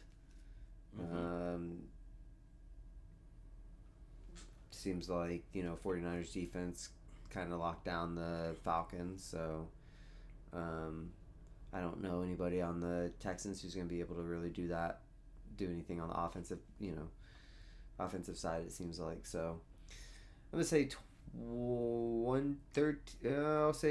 27-16. San Francisco? Yeah, San Francisco. I'm going 24-21 Houston. I just feel like I'm just a 49ers hater, really, and I just feel like the Texans really need to get it together, and it would be kind of crazy to see that happen. It's a little trap gamey, I just don't feel like the Houston Texans are bad enough to call this a trap game. But I do feel like that this could be a very competitive game, and I think Houston could pull it off. I think San Francisco's just I think it's just a good coach. I think they have a good. They're good. They have good play calling, and when you have someone like Christian McCaffrey on your team, he's a 1-for-1. Mm-hmm. Look at Matt Jones, 1,400 yards, and he's played what? 4 games? 4 games, yeah. 5 games. 5 games. 5 games, and he's probably. This could have been happening this whole time, San Francisco, but you went Trey Lance. And you lucked out with Brock Purdy, and you know it. I think if you look at complete leaders, funny enough, I think Mac Jones is 17th, and Brock Purdy's not like. Well, he hasn't played this year. No, I know, but he's still 35th. 2 games. Yeah, still 35th. He's still doing better than Dylan Gabriel has. Yeah. So. In 2 games, he's put up more than Dylan Gabriel, almost more than Jacoby Brissett. Just as good as he's, people put 5 games, 4 games, 4 games. Man, if you would have told me that Mac Jones was going to have a better season than Joe Burrow 2 months ago, I'd have been like, that's insane. Well, I'm saying that you put, Brock Purdy had 586, and Mac Jones is at 4. So if you put him at 1,900, he's probably close to leading the league right now if he's playing in those other 2 games. Yeah, Mac Jones is. Mm-hmm. That's, I don't know. They're balling out, Yeah. I get it. I'm not saying that that's a bad take. I'm just trying to keep things spicy. Yeah, that's fair. In the afternoon games, first it's Tampa Bay and Saints. Yeah. And the Saints. Buccaneers have a pretty beat up I'm still taking the Bucks. wide receiver core. Yeah. You know, not a whole lot going on in the run game. Everybody's hurt. Saints, this is a perfect opportunity for them to pounce on a divisional rival and take advantage of the situation. Tickets as low as $22. It's a steal. It would be cheaper to see this game than to fill up a tank of gas. Yep. So, so you're taking Tampa Bay. I'm sure there's no moving that. I mean, there is. I mean, they're at home, like you said, they're at home. You know, as much as I don't like Spencer Rattler, and you know, I like certain players on New Orleans team, but I'm not a big Spencer Rattler fan. They have shown flashes, you know, and obviously, you know, they've shown they can put up some points. So, you know, a beat up Buccaneers team is kind of a team that I could see them stealing this game.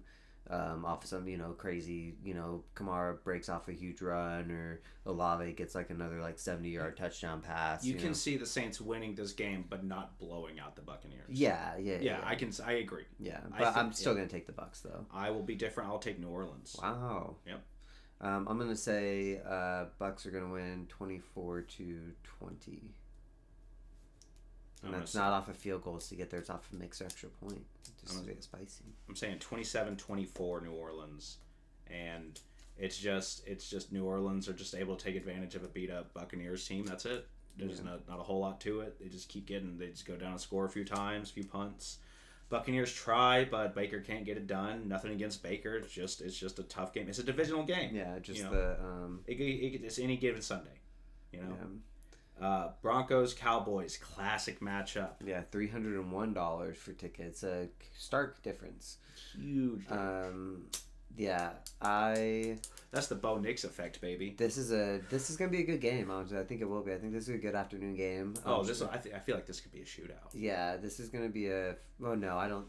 I would like to say that I think the Broncos should win this game, and I think their defense should be able to just shut down Dak. And you know, I know CeeDee Lamb being back helps a lot, but you know, I just Surtain's on CeeDee Lamb. I think CeeDee Lamb shut down, and Broncos have a good run defense too. So although they just give up a bunch of points, so. But yeah, I think I'm gonna take the Broncos on this one. All right. No, I don't think it's gonna be a shootout.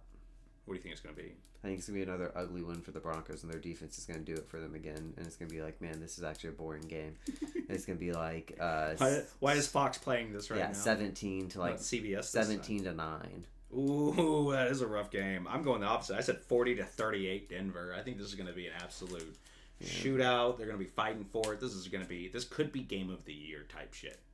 You know, I think. So, next is Tennessee and Indiana. Yeah. Now, we've been talking a lot of trap games this week. No, it's not. This doesn't feel at all like a trap game to you. No. It's Tennessee. I don't expect the Titans to win another game. You think they finish with the one win that they have? Yes. You don't think they could get one more? No. Mm-mm. Do you think the Titans finish with a better or worse record than the New York Jets? Probably the same. The same record? Okay. Yeah. So Jets can at least get one win. Yeah. All right. That's very generous. Yeah. Yeah, no, I'm taking the Colts. Do me a favor and click on the Titans. I want to see what their schedule looks like. Because if they can play the Jets, I want to keep that in mind so that way I can check those ticket prices. They do not. Ah, damn. Imagine yeah, $5 tickets. They don't beat the Colts. They don't beat the Chargers. They probably don't beat the Texans. They definitely don't beat the Seahawks. No. They shouldn't beat the Jags, but they're at home, so maybe they could beat the Jags. Yeah, Jaguars. They're not beating the Browns because their offense isn't going to be able to get past their defense.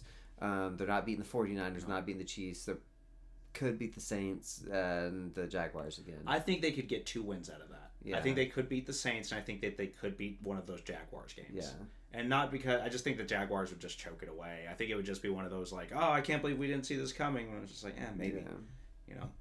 But this week, you're not feeling trap game at all. Not in the slightest. Interesting. What do you think the score is going to be? It's going to be 37 to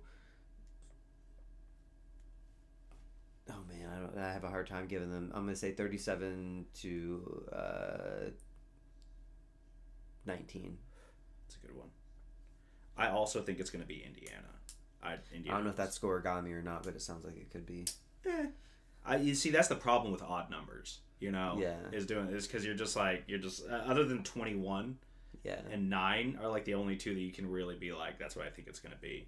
I think that this is going to be a pretty disgusting game. I don't think it's going to be very pretty. I'm going to say it's going to be 31-6. I think Indianapolis just lays it on thick. Yeah. I just have them getting some garbage time touchdowns and then going for 2. That's why I got to 19. I figured 2 2-point conversions and a field goal. They get 2 field goals in my book. That's it. I'm not being generous with the Titans right now. They need to get their shit together. Sunday night football. The Green Bay Packers and the Steelers, another classic matchup. Yeah, this is Green Bay's favorite is the away team. I get it. Coming off that big loss by the Steelers. To the Browns. Yeah, Packers. Or not to the Browns, to the Bengals. Yeah. This is gonna be a game. Yeah, I honestly think this is gonna be a good game. I am gonna have to agree. I just think the Packers are the better team. So I'm gonna take the Packers. What do you think that score is gonna be? I think the Packers are going to win. I think it's going to be 28 to, I'll say, 24. I am going to go Pittsburgh. I think it's the Aaron Rodgers revenge game, and I think it's going to be 20-17. Pretty low scoring compared to what I've been putting out there, but I do think that Aaron Rodgers is going to get a couple touchdowns. Yeah. And I think that Jordan Love is going to, I wouldn't say he chokes it, but I just feel like it's going to be a lot of 3-and-outs by Green Bay. Okay. Mike Tomlin knows his shit, and Aaron Rodgers is going to be playing. I think Tucker Kraft has a huge game. Hell yeah, I can see that. Eat just for me, just for Daddy, just for you. Yeah. He points at the camera and says, "This is for you, Quinn." Yeah, I texted him. I told him to say it. And finally, the Monday Night Football. Yeah, we don't think Jaden Daniels is playing this week. Yeah, this is. I'm sorry. No offense to the Commanders or Commanders fans watching, because there's a lot of them. I'm sure. There's a lot. Yeah, Chiefs are winning this game. Chiefs. You're saying Kansas City? Yes, it's going to be handedly winning this game. I think it's going to be. We're probably putting up another 31 to. I'll be generous. I'll give them 20. That's kind of you. Yeah. Hey, it's under the spread, okay? The spread's 12.5. I don't understand what that means. Oh, I do know what that means. That means that they win by at least 13 points. Mm-hmm. Oh, I did know what that means. Yeah. I think Kansas City beats the shit out of them. Yeah. I think it's going to be 34-14. I think it's 20-point difference. I think Commanders without Jaden Daniels, without a lot of things. Terry McLaurin's supposed to come back this week. Deebo Samuels, I think, is hurt. I think he might be practicing, but I just feel like the Commanders are not. They are very defanged. Yeah. And this is one of those, Chiefs are hot. Chiefs are good. They just got their star wide receiver back. The only thing I don't like about the Chiefs this year, last year there was a lot of things I didn't like about the Chiefs, but this year the only thing I really don't like is their running backs. I just feel like that's the only real spot on the Kansas City Chiefs roster that I just don't like. But the thing is, if you get the passing game going enough, then your running game gets elevated. So them being, and Brashad Smith is. How would you feel if they traded for Jonathan Brooks? I don't know. If we're gonna trade for anybody, I'd rather trade for. Honestly, if we could get Kamara, I'd take Kamara. Kamara on the Chiefs would go hard. Yeah, but the only thing is that would then Brashad Smith is getting less catches. So sorry, Brashad Smith. If we got Kamara, his role would deplete a little bit. I think. You don't think it would deplete on Kareem Hunt's role at all? No, I think it would. Yeah. Okay. But I just mean Kamara's a receiving back too, is he? Oh, he's primarily a receiving back. That's what he's best known for. That's what I mean. So, that would limit Brashad Smith's touches because that's mainly what he's doing. I think Kansas City is gonna. It's just the Commanders just aren't there. I think Kansas City's a very good team. I think now that we've gotten over the hurdle Because that was the big thing for the first 6 weeks was just we just got to make it to Rashid getting back, and now that he's back, they're looking a lot better. I said if we came out 3-3 without Rashid Rice and we came out 3-3, I'm happy. Like, I think we're still making the playoffs. That's why I've been saying from the beginning. We came out 3-3. If the Chiefs played the Eagles this week, who do you think would win? Chiefs. I think the Eagles would win that game. Crazy. I think that there was a period not too long ago where that scenario did happen and the Eagles were winning and won handedly. But that's neither here nor there. Wait, what are you talking about? The Super Bowl. Anyway. That's not the same team. That's not. It's essentially the same team. We had Isaiah Rodgers on that team, so maybe it was. We didn't have Rashid Rice.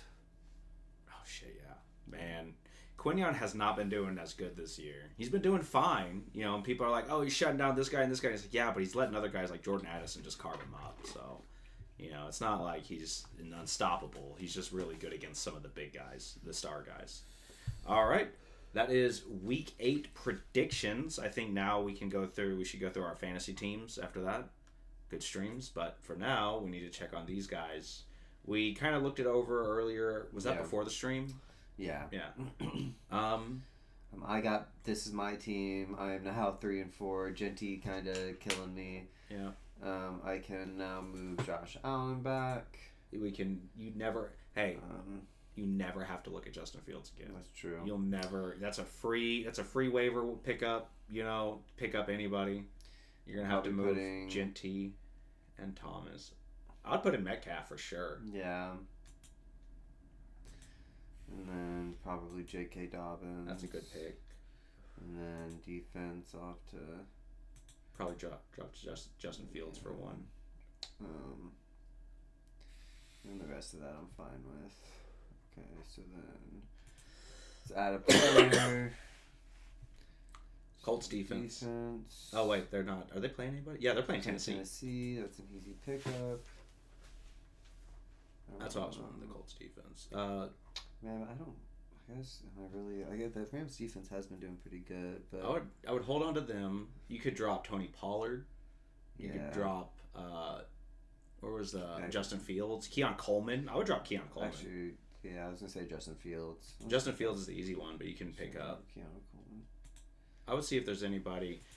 I would just check waivers, see if there's anybody that you like more than Tony Pollard and who do we say? Keon Coleman. Keon Coleman, thank you. Let's see. Hollywood Brown is there. Actually, I'll take Gadsden because who do I have as my tight end right now? Kyle Pitts. Not bad. I'll still drop Mark Andrews then. Yeah. He's not really. Well, Lamar's back. That is true. But I mean, am I gonna ever? I guess I'll drop for Tony Pollard. It's fine. Because he's losing carries to Tajay Spears. Okay. And their whole offense is busted anyway. I'm fine with that. Okay. Do you want to keep Quentin Johnston in there? Huh? Do you want to keep Quentin Johnston in there? I mean, Garrett Wilson's questionable. So. Okay. I didn't know if there was another. Yeah. Okay. Yeah, I don't have another. I forget this is 10 teams, so all of the guys on waivers are, not as good. Yeah, kind of questionable. Kendrick Bourne. Yeah, Hollywood. Kendrick Bourne's not. Legette's there, and he's got Andy Dalton, who's his favorite target. Yeah, but like if you don't do it, I'm doing it in one of my leagues. That's like such like a roulette spin, Man, but it's fun. Yeah. And this, out of all of the teams, this is the team that we can sacrifice because it's the one that sucks. Because it's mine. Fuck you. No one's gonna pick up Keon Coleman unless he has some sort of crazy week.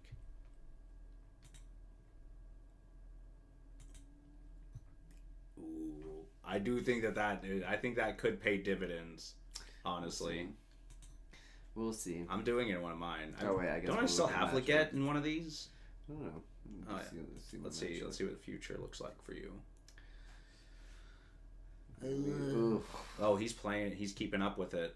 He's playing good people too. John, Jordan Mason, Drake London, Michael Pittman, Harold Fannin, Chase Brown, Chiefs defense. I don't know. I think I win. Show the bench. Let's see that. Let's see. JSN. He's on bye. They on bye. Yeah, he's on bye. Yeah. Oh, he's keeping up. Shit. You're playing against someone who knows what they're doing. Trade track there. I don't think. I still think I win. Yeah, I think you might be all right. I think it'll be close. It just depends on how Kamara shit the bed last week. If he does again, then that'll be rough. But I'm sure J.K. Dobbins against Dallas should have a good week. That should be a good game. DK Metcalf is kind of iffy. That is a question mark, but it's the Aaron Rodgers revenge game. Yeah, and he's gonna force it. But it's like DK. It's just DK in general. Like he can be hit and miss. Yeah, but yeah, not bad. I think this is a good team. I think the other guy does have really good pieces, but I just don't think it's very likely that Atlanta does not do anything somehow and just kind of. Well, Bijan still has a good night. Yeah, I think Bijan's gonna have a good night. Drake London may not do anything. Yeah, even Chase Brown may not do anything. Even if they get shut out, Bijan still puts up 21 points.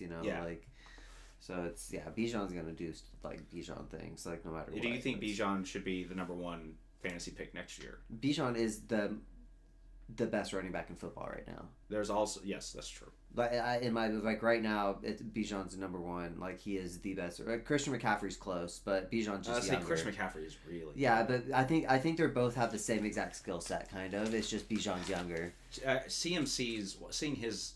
Yeah. What is it? The combine. Mm-hmm. His tape is some of the cleanest running back tape. Him doing the shuttle drill. It was crazy how he just kind of moved around those cones. Like I was like, this guy's gonna be something else watching that happen. I think him and Bijan are pretty close in skill set. Do you think that there's a situation where Atlanta does a Carolina and moves Bijan? No shot. I think everybody saw that happen and realized that was a bad call. Yeah, I just don't think they ever. I think after. No way. That'd be crazy if they got rid of Bijan. He just feels like more like if I think of it like if you're thinking of like players you want to like represent your team like Bijan's the guy. Bijan, he's the face of the franchise as far as I'm concerned. Yeah. Like more so than Michael Penix or. If anything, I feel bad for Tyler Algier. Yeah. Who's a good running back in his own right, but it's never gonna. He's only sometimes to much the ire of you and other. Bijan fantasy owners will just shark goal line touchdowns for Bijan. But all right. Yeah, well, doing decent. I guess I'm not mad at 3-4. I don't know how many people make this is your team, you're doing good, whatever. Yeah. You want Jahmyr Gibbs out of there. Nah, leave him. We're good. I'll take it. No, put him in an empty spot. Get him out of there. Yeah, I know, but you don't have anybody to. We'll find somebody. Yeah. Let me see my wide receivers real quick. Okay. I got all question marks. Yeah. Some of these guys are not playing. Okay, I actually have an idea, and it's going to be fun and spicy. Okay, put in Breece Hall at my running back spot.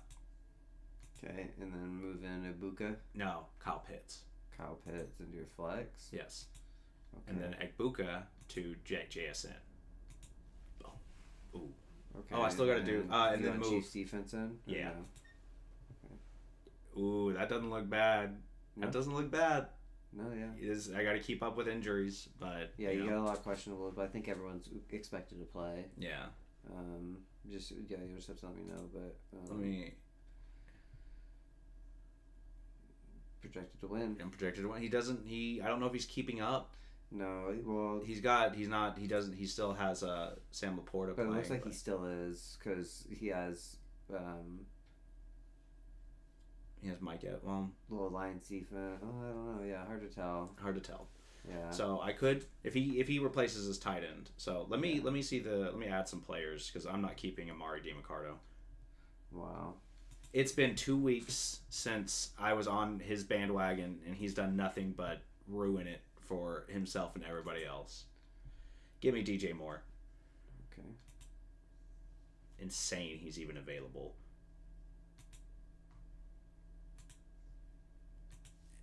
And if DJ Moore is playing, then put him over Ibuka. But not bad. I think this team's going to be fine. Wow, really? Over Ibuka if Ibuka's playing? If Ibuka isn't playing. Well, if either... Okay. If Ibuka or Brown aren't playing, put in DJ Moore if he is. Okay. Otherwise, I'm running Hunter Henry and Kyle Pitts. I think that's fine. Yeah. So. Hey, you surround. I destroyed Don's dangerous team. So. Did you want to look at it? I don't know if you want to look at anyone else to see what's on there. See flex here. I see a lot of people are giving up on RJ Harvey. I get it. Like this. There you go. Oh man, Leggett is right there. Ooh. Give me Leggett. Dang. Who are you dropping? You want to drop defense? Yeah, I think Jaguars defense isn't doing it. They're on a slide, and I don't think that's going to change. All right, put in Leggett over Kyle Pitts. Oh my god, I'm being insane. All right, I'm done. I gotta stop fucking with it. Okay. You just have to text me and remind me about. I'll try and remember to look. Now we looked over this earlier, and we kind of want to talk about this team a little bit. At least what happened. Oh yeah, this guy. So we found this guy that's in this league. It's a free league, a random league, and he is playing for the worst team. He's doing really good. Yeah, obviously you can't, field a defense that's not like gonna do anything, right? Or he would be able to. But my goodness, yeah, 2 points. I kind of want to impressive. Let's look at his. He has Saquon and Nico on a bench. Can we get a? Oh, I guess it won't let me. Okay. Can we get like his schedule? Yeah. I think. Here we go. Week 7. Maybe the little calendar. Yeah, week 6. Oh, you think if I just? I don't know. Oh, that just does that. Okay, so this is. He got 135. Or no, 23 points in this one. From Jake Moody got 15 points. For him, that kind of sent him over, and then he had Saquon Barkley in still, which is if he's trying to do it. It seems like he's trying to do it at this point, but he put Saquon in, which is weird. He just really is not a Saquon believer. He believes in the Madden curse and thinks that. And then he keeps learning his lesson that Saquon will put up some points. Yeah, but he didn't have Saquon in here. Put in Devontae Adams. I guess he's kind of, I don't know. I guess it's, the way he's doing it's a little bit weird. Yeah. Because he's putting in people that aren't going to see any snap or see any catches, Yeah, people that aren't going to be playing at all. Yeah. But then he's putting in at least one person that is going to be playing. Yeah. Kind of as maybe like a fuck you to that person. Maybe. Or maybe he's... Yeah, oh, here we go. This was his team. Okay, this is what he was doing, and then he realized... what I'm guessing is that he did the team, left it, hasn't paid any attention to it, saw that it wasn't doing great, and saw that he kind of already wasted the season, So now he was like, well, I'm just going to play the worst team. Here we go. And then he started doing that, playing the worst team. Well, I mean, he started that. He was 2-2. I don't think that's bad. 0-2. He had 2 wins back to back. Yeah, that's what I mean. Though I think these 2 wins when he was actually fielding a team. Then he got 17, 23, 2. Yeah. That's when he started after winning 2 in a row. So I guess maybe I think it was just like, oh well, this isn't gonna. Who cares? Yeah, it's a free league, so he's just like whatever.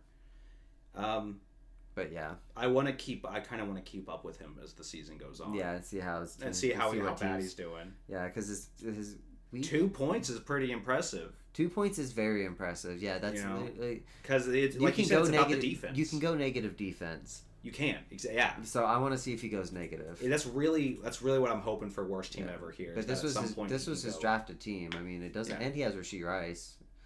Did he? Yeah, but he's not very good. What did he do with Rashee Rice? Did he drop him? He's just on his bench. No, he did drop him. Someone picked him up. Damn. Did we pick him up? Let's look. See, this could be one of those leagues where we picked him up. Yeah, we picked him up. Picked him up. Okay. I was like, I remember we picked him up in one of these leagues. Nice. Well, even though this league is we tried, we will keep up with the team. We're also going to try and keep up with the worst team ever. Yes. And hope that he goes negative. Just bench him. Yeah. We'll have to pick up somebody else. Yep. We need a tight end. We need 2 tight ends because we have Mason Taylor and we don't need that. Oof. Ooh, Kamani Vidal isn't bad. That actually might be the pickup in my opinion. Yeah.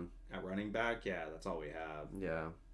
Because I would that or Charbonnet. Oh, Charbonnet's on bye. Damn, never mind. Damn. Yeah, I'm not seeing anything else. Unless you're hoping, I guess, that Tyrone Tracy sharks a touchdown, or maybe Algier sharks a touchdown. Yeah. But we'll just take the, yeah. Gotta drop. Damn. Oh, we need to change kicker, too. Yeah. Xavier, I mean, Keon Coleman. Yeah, we'll drop Keon Coleman. Oh, wait, what happened? Oh, it auto-added him. Oh, we had a space open. Oh, whoops. Well, we need a tight end. Yeah. You want to do Gadsden again? Just. I said Vidal, and this is a Pitts cooperative. Is available. Well, this is a cooperative team. So this one's your call. Yeah. Kyle Pitts, I would, if we had to pick between Kyle Pitts or Gadsden, I would. Well, Gadsden's been surprisingly effective. He just has 2 games where he doesn't do anything. Yeah. But he will get you like 8-9 points a game. So Kyle Pitts. Man, I'd go Kyle Pitts. Yeah, I think I'm fine with Kyle Pitts. I like the dad energy. I like him, yeah, instead of Mason Taylor. Mad little brother energy there. Are we dropping Mason Taylor? Yeah. He's not doing anything. He's the third option on a not great Jets offense. And we need a tight end. Sam Laporte is on bye. I want to drop Cam Little too, so.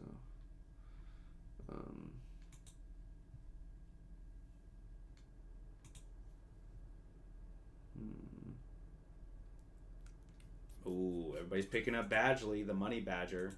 Oops. Eddie Pinheiro has the most. Would you rather the San Francisco kicker or the Indianapolis kicker?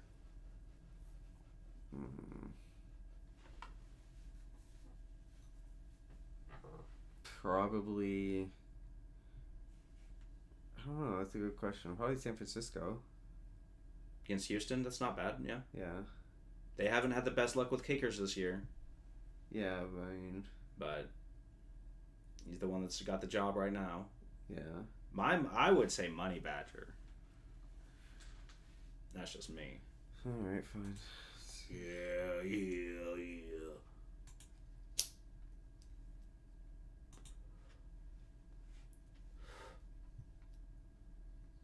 Oh, you went past him. Oh, there's. Yeah.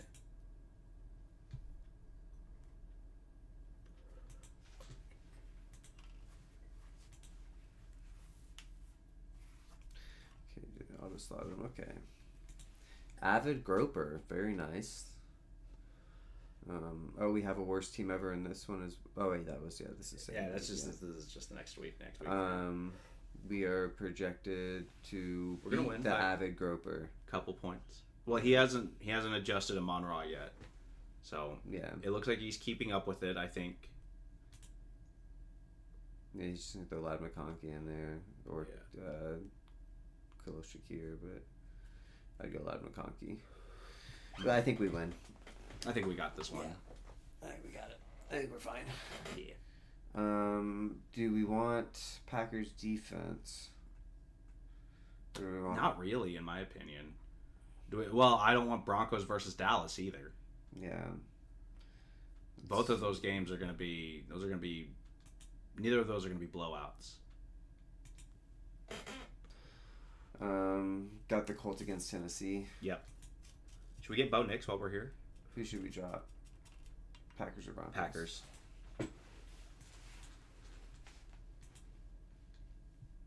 Nah, we have Josh Allen. We don't need a quarterback. Yeah, no. We're set. Okay, got the Colts in. Now where are we projected? Oh, it's a blowout. 3.2 now. Yeah. Didn't stand a chance. Take it home, Groper. All right. 5-2 in this one as well. We're doing good. Yeah. We're doing good. I mean, it's in a free league, so some of these guys aren't playing players, yeah. but Okay, so I can move. I still can't move him to the IR. Man, that's so weird. Yeah, I was able to in one of the other leagues, I think. Yeah. So let's see. We got to put in Lamar over Stafford. Yeah. Hope he has a good game. Chuba's playing this week. Amon-Ra over probably Addison. Or Thompson playing Addison. And then Rams defense, we'll have to pick up a defense. Yeah. Yeah, I'm happy with the rest of it. I'm fine with doubling Travis Kelce and Tyler Warren all season. Defense. Who's everybody picking up? Bucks against New Orleans. Yeah.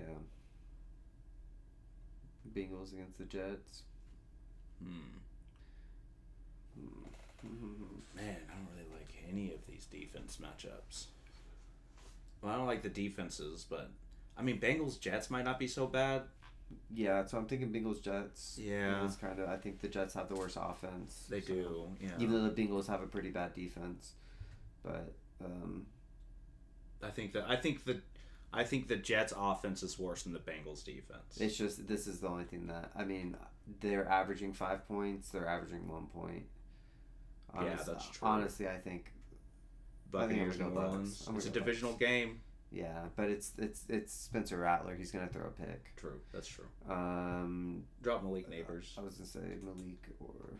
It's not gonna be. This is a redraft. A redraft free league. There's no keepers. No reason to even keep the IR slot. Yeah. Bucks. Unless it's like a temporary injury. All right. I think that team looks good. We're playing Noah's nasty team this week. 8th in the league. Oh, we're good. Oh yeah. This team's pretty nasty. He's not keeping up. He has Mike Evans in. Well, Mike Evans just now. True. He sat Derrick Henry, so he's keeping up that much. True. He might. Yeah, he probably is keeping up. Yeah. Yeah. Once he gets Mike Evans out there, he's still not going to be high projected though. No. 95. That might put him in. We might be playing against Debo Samuel this week instead, but we're still going to win. Yeah. I think. The only thing he's got his beat on is like CD and DeAndre Swift, who's having a really good year. Good for him. Yeah, he is. But that's just because Chuba isn't. Let's see if there's anybody on. Let's see what everybody's projected. Lowest projected is Travis Kelce at 10.9 and Chuba at 12. Yeah. Let's see if anybody's projected higher on players. If I go to, I guess just. No, I mean like just that we can pick up. Oh, okay. Why? Are you still comfortable with starting Chuba? Oh, I guess I don't care. We can see running backs. There's probably might be some. Actually no. No, not really. Damn. Yeah. No, we're going with Chuba. Yeah. Yeah, people are keeping up with this league. Yeah. That's unfortunate. Yeah. All right. Unless you want to get spicy with Brashard Smith. Do you want to? He's probably he is the highest picked up. But Miss Washington, I don't know, it might be worth it. It's a PPR league, so. I mean, why not? Let's have a little bit of fun. Let's get Brashard Smith, okay? And we'll drop the. Golden? Yeah. Another one of my sleepers that isn't really doing much. He's had a couple games. Why don't we just put Jalen Warren in over Chuba? Oh, that's a good idea. Oh. Yeah.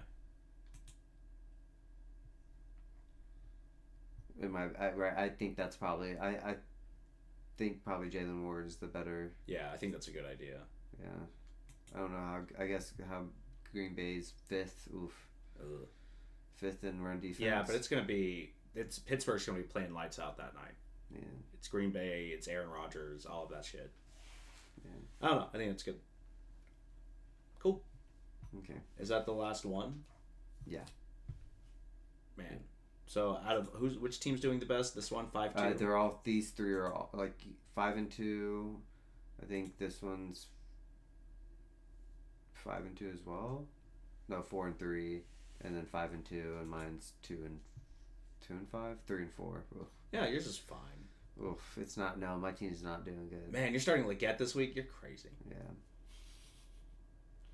Would you want to put in Rasheed where Leggett is, and then put someone in the flex instead? No, there's no one that I want to flex. Okay. Unless I would want to get crazy and try and flex him, but you have until tomorrow night. Yeah. If you change your mind, but I'm keeping it. I don't care. I think I think I'm fine. I think you'll be all right. Yeah, but I do want to put She there just in case. Just for so he knows he's my actually. Let me. Oh, it won't let me.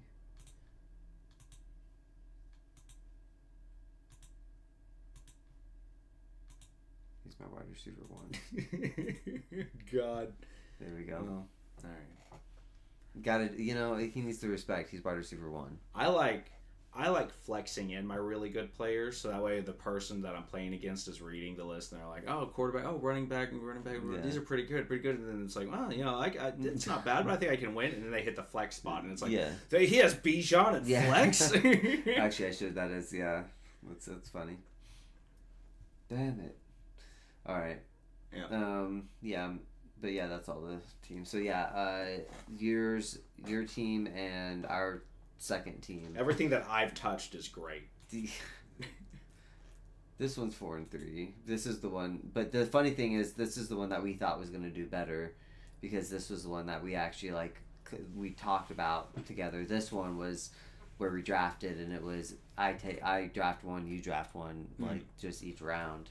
We just alternated. Whose decision was Tyler Warren? That had to have been you. Did we draft Tyler Warren? Yeah. In this one? Oh, no. I think one of them we picked him up. Pick him up? Let's see. Because it would have been... Oh, wait. I think we go back up. Chris Boswell. There he is. Oh, yeah. So we did, yeah. So, let's see. 13. I think you started because you got... no. I started. So, yeah. I was odd. You're even. So that was your call. Yeah, that was mine. I said Ravens defense. Yeah, Tyler Warren, Jordan Addison, Matthew Golden, Travis Hunter, Breece Hall, Lamar Jackson. Oh, this was the one that you're like, if you take Lamar Jackson, that was like, you were telling me that you're like take Lamar Jackson. I was like, okay, I'll take Lamar Jackson. Right? Or maybe you took, maybe it was you first. I can't remember. I think this might have been me. Well, I don't want to. Devontae Smith. Because Breece Hall in the 5th is something that I've done. Yeah. And I'm not one. Kelce. I don't think I took Devontae Smith in pretty much any league that I was in. Ravens defense, Jack Beck. But Jack Beck is my pick. I wouldn't have taken Beck. That would have been me. I can't remember. But I just... We'd have to go back and look. Yeah, we'd have to go back and look. Yeah. But not bad. Team's getting better. It's doing all right. It's winning. It's one of the better teams. Yeah. In this league. And every now and then, I think there's going to actually be a tough week for our fantasy teams on here because of it seems like they're all against people who are keeping up with their teams. Yeah. Which a lot of our wins have been from people who aren't. Yeah. Yep. But we'll see how it goes. Yeah, because our schedule on this one, we're 5-2. Well, it's 103, 101. Lost, those were under 100 points. So, I mean, that's kind of, that seems like actually every... Damn, what happened week 2? 176? We just went off. We went silly. Lamar Jackson put up 26. Amon-Ra and Malik Neighbors. 39, 37. Oh, that was the Dallas game with Malik Neighbors. Yeah. That's why. Yep, and then St. Brown putting up huge numbers in Chicago. Oh yeah, that was the week. This is week 2 after Detroit lost week 1, and we're super salty about it. And so they went into Chicago and just made them victims. All right, well, not bad. This should be a good weekend of football. So, well, no watchers today. No watchers, but that's fine. We just need to get on a consistent schedule again, and hopefully the algorithm will favor us again. Yeah, we see. We'll see. But you should have hacked into the system, Should have. I was gonna say we should run with the joke that we just forgot to record last week and just sat here and talked at each other for 2 hours. Yeah. 3 or 4 hours or whatever. Yeah. But all right. Thank you guys for watching. For those who may tune in later, we'll see you next time.